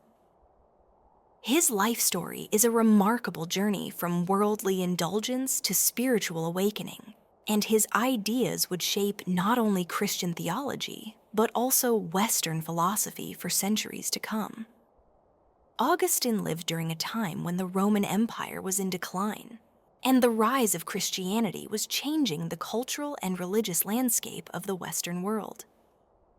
By the time Augustine became a leading figure in the Christian Church, the empire was in the process of splitting into the Eastern and Western Roman empires, and the Western Empire itself was in its final years. Augustine's early life was far from the Christian ideal.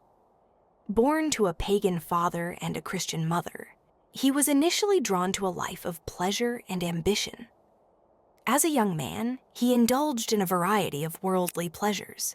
He lived with a woman out of wedlock, fathered a child, and pursued intellectual pursuits that were far removed from religious faith. Augustine also became attracted to the teachings of Manichaeism, a religion that presented a dualistic view of the world, where good and evil were in constant struggle.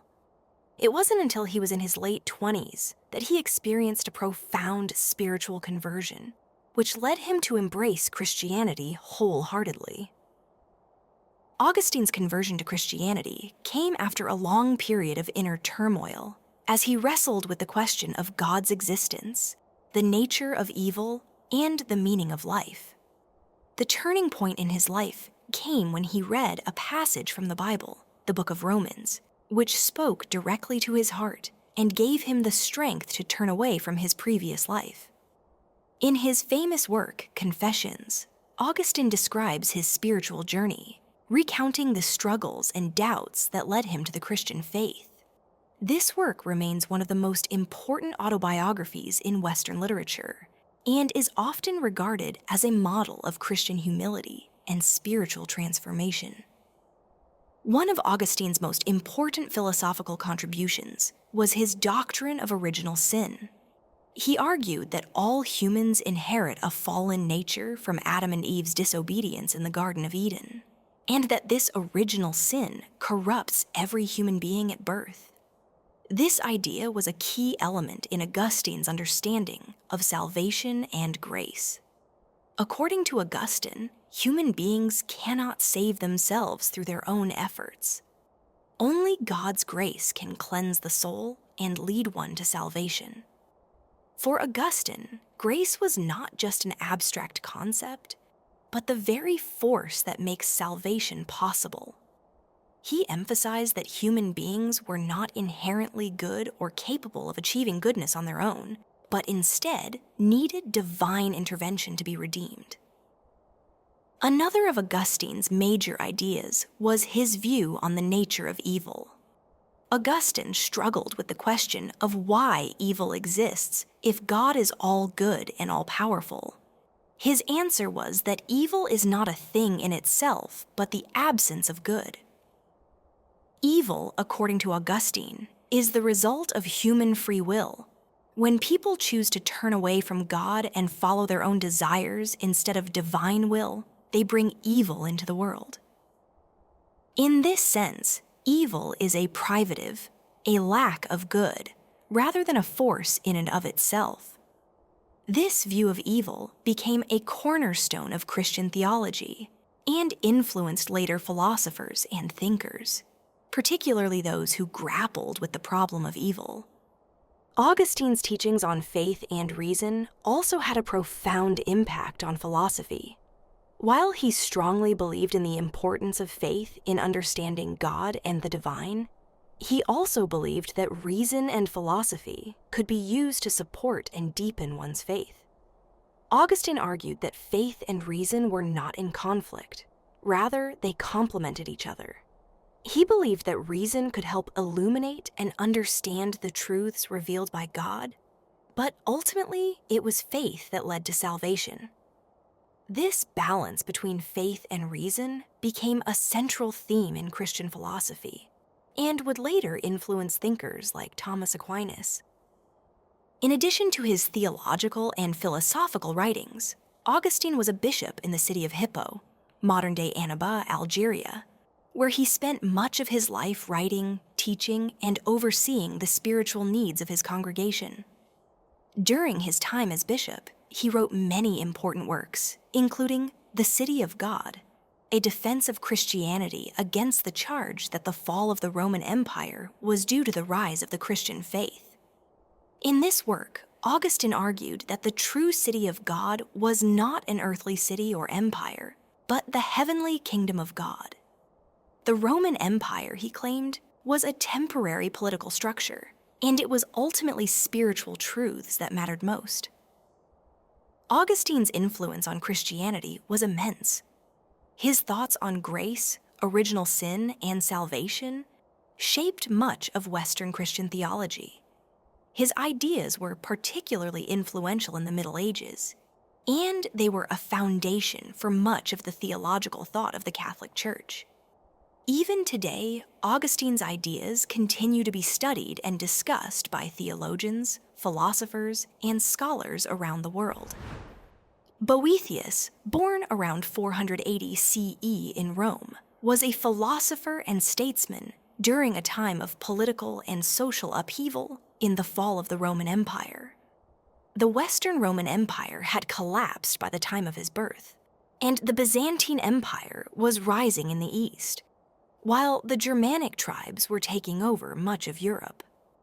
Despite these turbulent times, Boethius came from an aristocratic family and held a high position in the court of the Ostrogothic king Theodoric in Italy.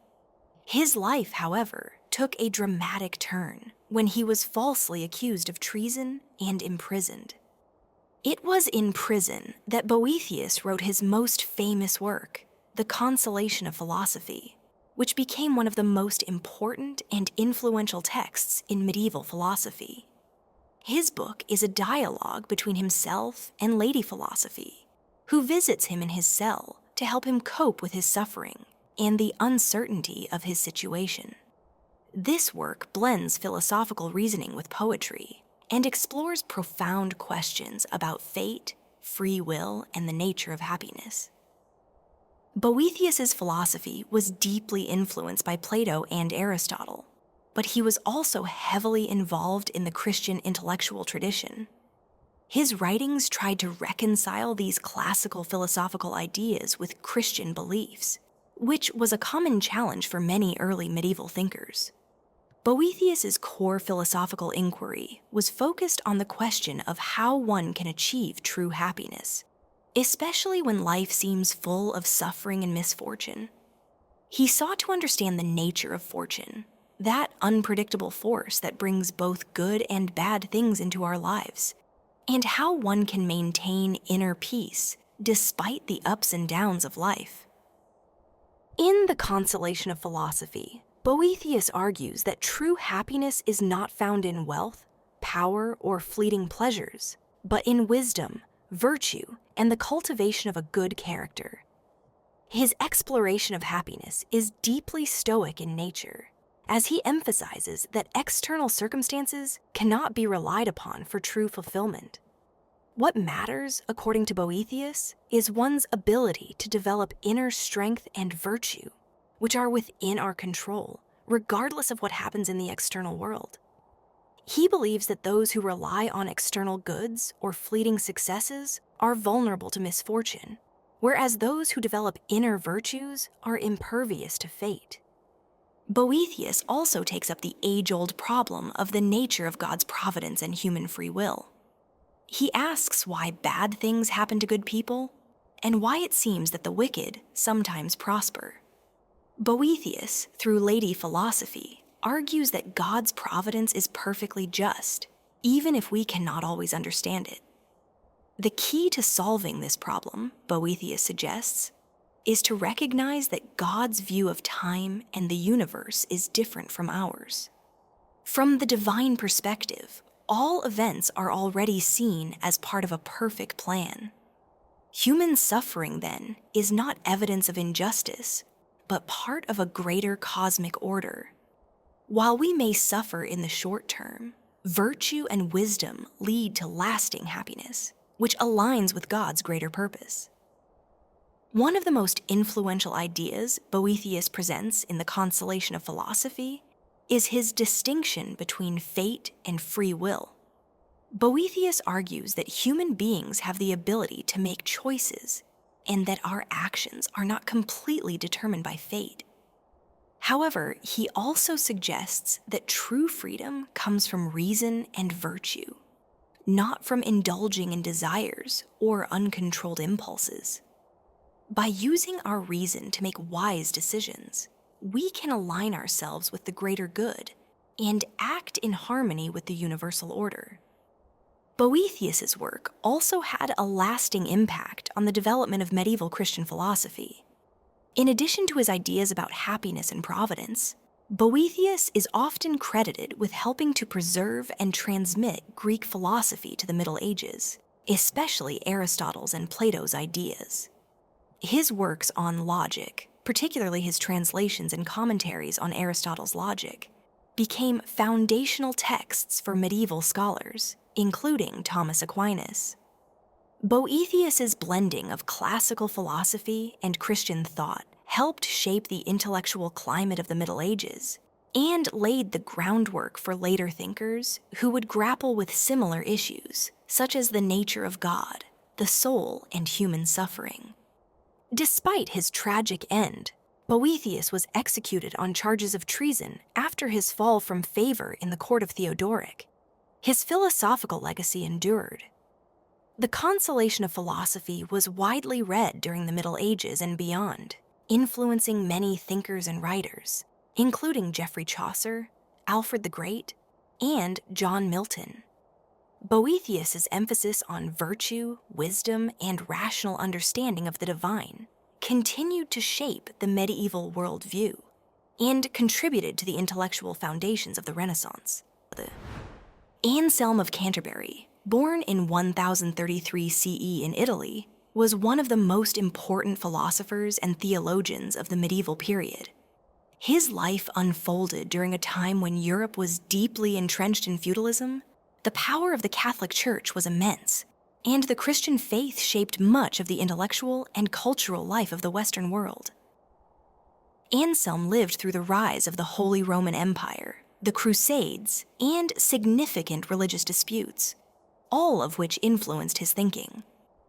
He became Archbishop of Canterbury, the leading church official in England, and was an outspoken defender of the church's authority in matters of both faith and doctrine. Anselm is most famous for his ontological argument for the existence of God, which he first introduced in his work Proslogion. The argument was a radical attempt to prove the existence of God not through external evidence or observation, but through reason alone. Anselm's goal was to show that belief in God could be grounded in logic and rational thought, even for those who might not have direct experience or evidence of God's existence. This approach was groundbreaking because it suggested that faith and reason could be united in a way that had not been clearly done before in philosophy. The ontological argument begins with Anselm's definition of God as that than which nothing greater can be thought. He argued that if we can think of a perfect being, then that being must exist in reality, because existence is a necessary part of perfection. In other words, if God exists only in our minds and not in reality, then we could conceive of a greater being, one that exists both in the mind and in reality. But according to Anselm, this would contradict the very definition of God as the greatest possible being. Therefore, God must exist in reality, not just in thought. While Anselm's argument has been deeply influential, it has also been the subject of much debate. Critics, including Immanuel Kant centuries later, argued that existence is not a property or quality that can be predicated of something in the way that Anselm suggested. They believed that just because we can conceive of something does not mean it must exist in reality. Despite the criticism, Anselm's argument remains one of the most famous attempts in philosophy to prove the existence of God through pure reason. Anselm was also deeply concerned with the relationship between faith and reason. His famous statement, "I believe in order to understand," reflects his view that faith precedes understanding. For Anselm, the Christian faith provided the framework for all knowledge, and it was through this faith that a person could come to understand the deeper truths of the universe. While he emphasized the importance of reason, he also believed that faith was the starting point of any intellectual journey. He thought that understanding the mysteries of the faith, such as the nature of God, salvation, and the Trinity, required a spiritual foundation. In addition to the ontological argument, Anselm wrote extensively on atonement and the nature of God. In his work, Cur Deus Homo, Why God Became Man, Anselm tackled the complex question of why God, who is all-powerful and all-good, would allow humanity to fall into sin and suffering. Anselm developed a theory of atonement based on the idea that Jesus' sacrifice was necessary to restore the honor of God, which was offended by human sin. According to Anselm, because humanity could never repay this debt to God on its own, God became human in the person of Jesus Christ to make the necessary sacrifice and restore the relationship between humanity and God. Anselm's ideas about atonement and the nature of God were influential in medieval Christian theology. His emphasis on reasoning about religious matters helped shape the intellectual landscape of the Middle Ages, and his work laid the foundation for later Christian thinkers, including Thomas Aquinas and Duns Scotus. Anselm also influenced scholasticism, a method of critical thought that dominated medieval universities, and contributed to the development of Christian philosophy as a distinct field of study. Despite the influence of his ideas, Anselm's life was not without controversy. As Archbishop of Canterbury, he had conflicts with the English monarchy, particularly with King Henry I, over the power and independence of the Church. Anselm eventually went into exile because of these disputes, but returned to England after the king's death. Anselm's steadfast commitment to the authority of the Church and his defense of spiritual values over secular power made him a revered figure in Christian thought. Anselm died in 1109, but his influence remained significant throughout the Middle Ages and beyond. His writings on the existence of God, atonement, and the relationship between faith and reason provided a foundation for medieval Christian theology and continued to influence philosophers, theologians, and scholars for centuries. Even today, Anselm's ontological argument is still discussed in philosophical circles as one of the most profound and challenging ideas in the philosophy of religion. Thomas Aquinas, born in 1225 in Italy, was one of the most influential figures in medieval philosophy and theology. His life unfolded during a time when the Catholic Church had significant power, and the medieval worldview was dominated by religious beliefs. Aquinas was part of the scholastic movement, which sought to reconcile faith and reason, two ideas that were often seen as in conflict. His work helped shape Christian theology and the way philosophy and religion were intertwined. Aquinas' greatest contribution was his attempt to show that reason and faith were not in conflict, but actually complemented each other. He believed that reason could help us understand many things about the world and God, but there were also aspects of God's nature and existence that could only be known through faith and revelation. For Aquinas, God was the source of all truth, but reason could lead us to some truths on our own, such as the existence of God and the moral law. One of Aquinas' most famous ideas was his 5 ways, 5 arguments to prove the existence of God. These arguments are based on observation of the natural world, and they start with simple ideas like the existence of motion, causality, and contingency.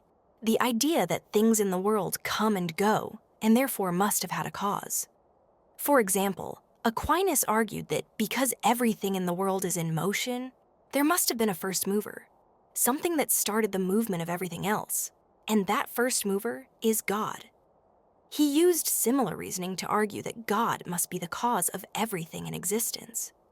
Aquinas also argued that moral and ethical principles are based on natural law, which can be discovered by reason. He believed that God's law is reflected in the world around us, and that humans have the capacity to understand right from wrong through reason, without needing direct religious instruction.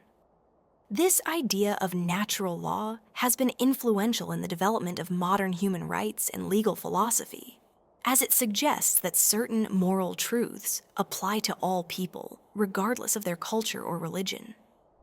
Another important aspect of Aquinas' philosophy was his concept of human nature. He believed that humans were created by God with the ability to reason and make free choices, but that sin had corrupted humanity's ability to follow God's perfect will. In Aquinas' view, grace was necessary for humans to achieve salvation, and this grace was made available through the sacraments and the teachings of the Church. He also believed that people could make progress in their spiritual lives by practicing virtue and striving to follow God's will in their daily lives. Aquinas also tackled complex questions about the relationship between faith and reason. He argued that reason could show us that God exists, but faith provided us with deeper truths, such as the Trinity and the Incarnation. He believed that God could be known both through reason and through revelation. This idea of reconciling faith and reason became central to much of later Christian and philosophical thought.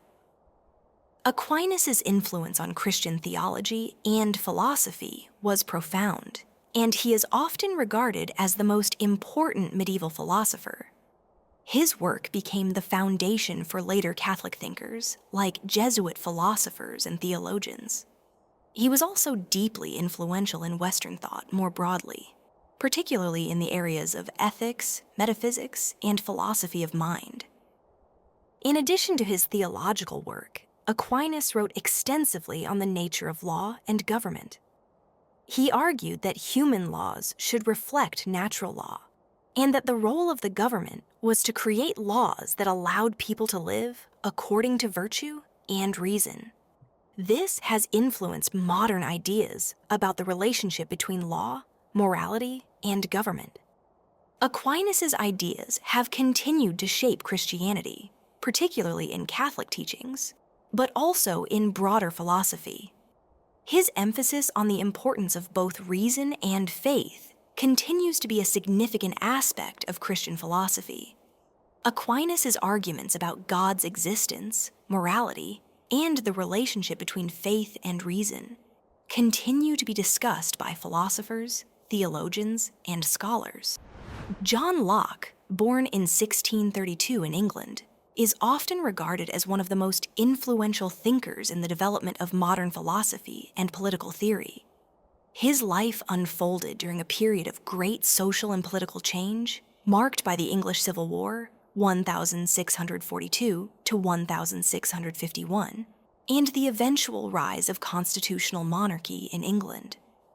The conflict between the monarchy and Parliament, along with struggles for political power, shaped Locke's views on government, freedom, and individual rights.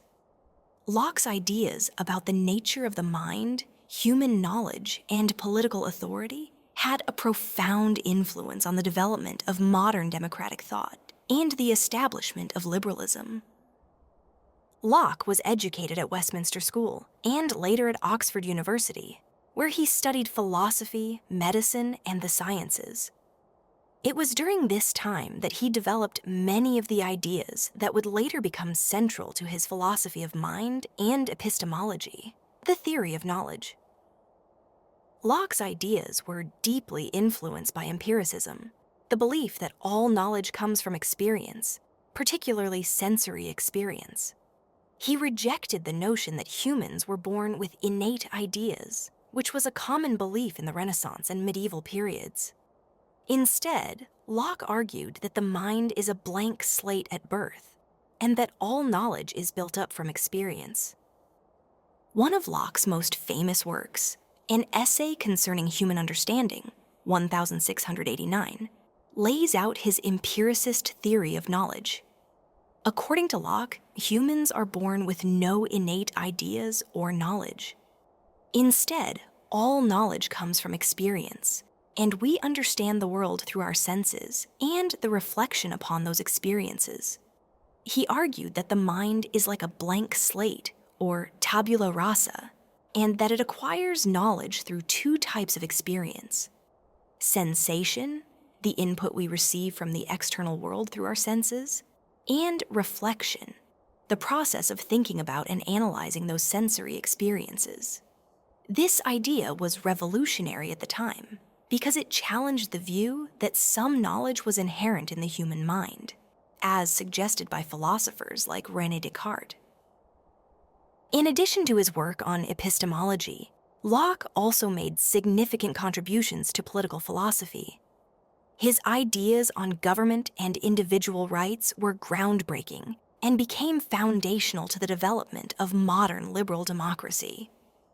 In two treatises of government, 1689, Locke argued that government is a social contract between the rulers and the ruled.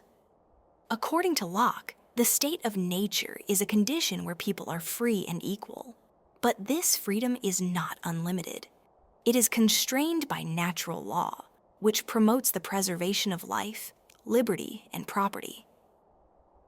Locke's view of natural rights was revolutionary because he argued that individuals have certain inalienable rights that cannot be taken away by government or any other authority. These rights, according to Locke, are the rights to life, liberty, and property. He believed that government's primary role was to protect these rights. If a government fails to do so, Locke argued, people have the right to rebel and establish a new government. This idea would later influence the development of democratic principles, particularly in the American Revolution, and the creation of the U.S. Constitution. Locke's ideas about religious tolerance were also groundbreaking. In a time when Europe was often torn apart by religious conflict, Locke advocated for the separation of church and state. He argued that individuals should be free to practice their religion without interference from the government, as long as it did not harm others.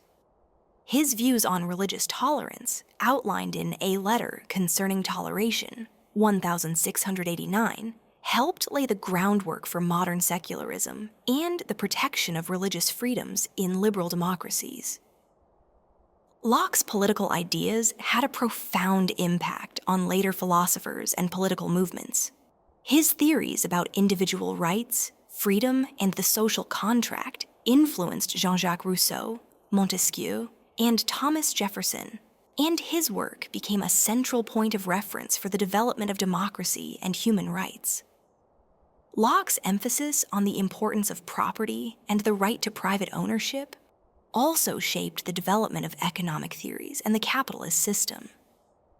In addition to his work in political theory, Locke also made important contributions to education and psychology. In his work, Some Thoughts Concerning Education, 1693, Locke argued that education was key to shaping a person's character and intellect. He believed that children should be taught through experience and practical engagement, rather than rote memorization or strict discipline. His ideas about education and child development were ahead of their time and influenced later educators and psychologists. Locke's legacy is enormous, and his ideas continue to be central to modern political and philosophical thought. His emphasis on individual rights, reason, and empiricism helped shape the intellectual climate of the Enlightenment and influence the development of modern democracies. His work laid the foundations for the ideas of liberty, equality, and democratic government that continue to guide political thought today. Jean-Jacques Rousseau, born in 1712 in Geneva, Switzerland, was one of the most influential thinkers of the Enlightenment and a key figure in shaping modern political theory, education, and social thought. Rousseau lived during a time of significant social and political upheaval, as Europe was experiencing the effects of absolute monarchies, social inequality, and the growing rise of democracy. The influence of Enlightenment ideas, which emphasized reason, individual rights, and progress, was spreading across Europe, and Rousseau's ideas would play a major role in the French Revolution and the development of modern democratic thought. Rousseau is perhaps best known for his book, The Social Contract, 1762, in which he developed his theory of the relationship between the individual and the state. His famous opening line, "Man is born free, and everywhere he is in chains," captures his central idea that human beings were originally free, but became constrained by the development of society and civilization. Rousseau believed that modern society had become corrupt, and that this corruption led to the loss of individual freedom, equality, and a sense of communal harmony. In The Social Contract, Rousseau argues for a new form of political organization, one where the authority of the government comes from the general will of the people. He suggests that in order to live in a truly just society, individuals must come together and form a social contract that binds them to the community as a whole. This contract is not about submitting to the will of a ruler, but about creating a collective agreement where everyone participates in the creation of laws and the governance of society. Rousseau's vision was democratic, with power held by the people, but his idea of general will emphasized that true freedom is not about acting on individual desires, but about contributing to the common good. Rousseau's concept of freedom was deeply connected to his belief in the natural state of human beings. He argued that in primitive societies, people lived more freely and equally, without the hierarchical divisions that later developed with agriculture, private property, and organized governments. Rousseau believed that the introduction of private property created social inequality and led to the development of social classes, which in turn created conflict and oppression. He felt that in order to recover true freedom, people needed to return to a simpler, more egalitarian way of living, one that was more in tune with the natural world. In addition to his political philosophy, Rousseau made significant contributions to the field of education. His book Emile, or On Education, 1762, outlined his educational theory, which emphasized individual development and the importance of nurturing a child's natural instincts. Rousseau believed that children were born naturally good and that society's influence often corrupted them. Instead of focusing on strict discipline and rote memorization, Rousseau suggested that education should be focused on experience and self-discovery, allowing children to learn at their own pace and in accordance with their natural curiosity. His ideas on education influenced many later thinkers, and his emphasis on child-centered learning and the development of moral autonomy remains relevant in modern educational theory. Rousseau's ideas also extended to human nature and the concept of emotion. Unlike many Enlightenment thinkers who emphasized reason as the guiding force of human behavior, Rousseau argued that emotion and feeling were equally important aspects of the human experience. In his autobiographical work, The Confessions, he opened up about his personal life and struggles, challenging the prevailing notion of a rational, controlled individual. Rousseau believed that human emotions, including love, compassion, and empathy, played a crucial role in creating meaningful human relationships and forming the basis for a more just society. Despite his revolutionary ideas, Rousseau was not without his critics. His vision of the general will was often seen as too vague, and his call for direct participation by all members of society in decision-making raised concerns about how such a system would work in practice. Some also criticized his view of the noble savage, arguing that Rousseau's idealization of primitive societies was unrealistic and did not account for the complexities of human nature. Nevertheless, Rousseau's ideas on democracy, equality, and the relationship between the individual and society had a profound impact on both political theory and revolutionary movements, especially in France. Rousseau's influence was also felt in the Romantic movement, which celebrated emotion, individualism, and the beauty of nature. His ideas about freedom and self-expression inspired writers, poets, and artists who rejected the rigid rationalism of the Enlightenment in favor of a more spontaneous and emotional approach to life. His emphasis on the innocence of childhood and the importance of natural instincts also had a lasting impact on later developments in psychology, especially in the work of Sigmund Freud, and the romanticizing of childhood in modern psychoanalysis. Today, Rousseau is recognized as one of the most important figures in the development of modern political philosophy, particularly in the areas of democracy, freedom, and social justice. His ideas about the general will and the role of the state continue to shape political debates, and his work on education and human nature remains influential in various academic fields.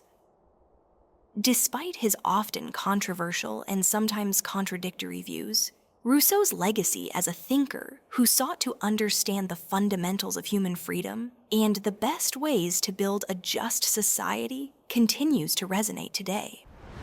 Immanuel Kant, born in 1724 in Königsberg, modern-day Kaliningrad, Russia, was a philosopher whose ideas completely changed the way we think about the world, knowledge, and morality.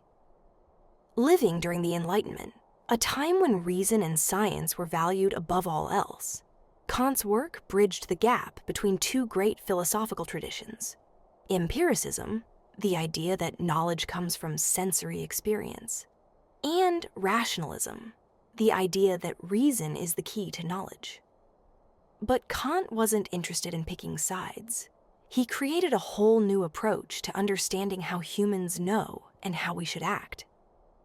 At the heart of Kant's philosophy is the idea that the human mind doesn't just passively receive information from the world, it actively shapes our experience. Kant argued that while we experience the world through our senses, the mind organizes this information using categories like space, time, and causality. In his Critique of Pure Reason, 1781, Kant famously said that we can never know the world as it truly is, independent of our perception. Instead, we know only the phenomena, the world as it appears to us. So, in a way, he suggested that we never experience reality itself, but always a version of it filtered through our minds. The noumenon, or the thing in itself, the actual object outside of our perception, is something Kant believed we could never truly know. But Kant wasn't just concerned with how we know things. He was also deeply interested in how we ought to live. His work on ethics laid the groundwork for much of modern moral philosophy. In his book, Groundwork for the Metaphysics of Morals, 1785, Kant introduced the categorical imperative, a rule for living a moral life that's still one of the most influential ideas in philosophy today. The categorical imperative says, act only according to a rule that you would want everyone to follow. This idea is about universality. If it's right for you to do something, it should be right for anyone, everywhere, in the same situation. Kant's ethics were built on the idea of duty. For him, the moral law isn't about doing what feels good or what brings you the most happiness, as other philosophies like utilitarianism suggest. Instead, morality is about acting in accordance with rational principles, doing the right thing because it's the right thing to do. According to Kant, humans have intrinsic worth and should always be treated as ends in themselves, not just as tools to achieve other goals. This means that we should never use people for personal gain or manipulate them. Instead, we should respect their autonomy and dignity. Kant also revolutionized the way people think about freedom. While many philosophers saw freedom as being free from outside control or interference, Kant's view of freedom is about autonomy, the freedom to act according to reason and moral law. For Kant, being truly free isn't just about doing whatever you want. It's about being guided by moral principles and acting in a way that reflects your rational will, rather than being driven by impulsive desires or external pressures. His ideas also led to groundbreaking developments in political philosophy. In his essay Perpetual Peace, 1795, Kant argued that democracies are the most likely to maintain peace, and that international cooperation is key to achieving lasting global harmony. His belief in the rule of law and human rights influenced the creation of modern liberal democratic thought, and his views on freedom and human dignity laid the foundation for later movements in human rights. Kant's influence can still be seen today in a variety of fields, from ethics to political theory to law. His work challenged the assumptions of his time and provided a new way of thinking about human experience and morality. His ideas have had a lasting impact on philosophy, and his approach to reason and duty continues to be studied by philosophers, ethicists, and scholars all over the world.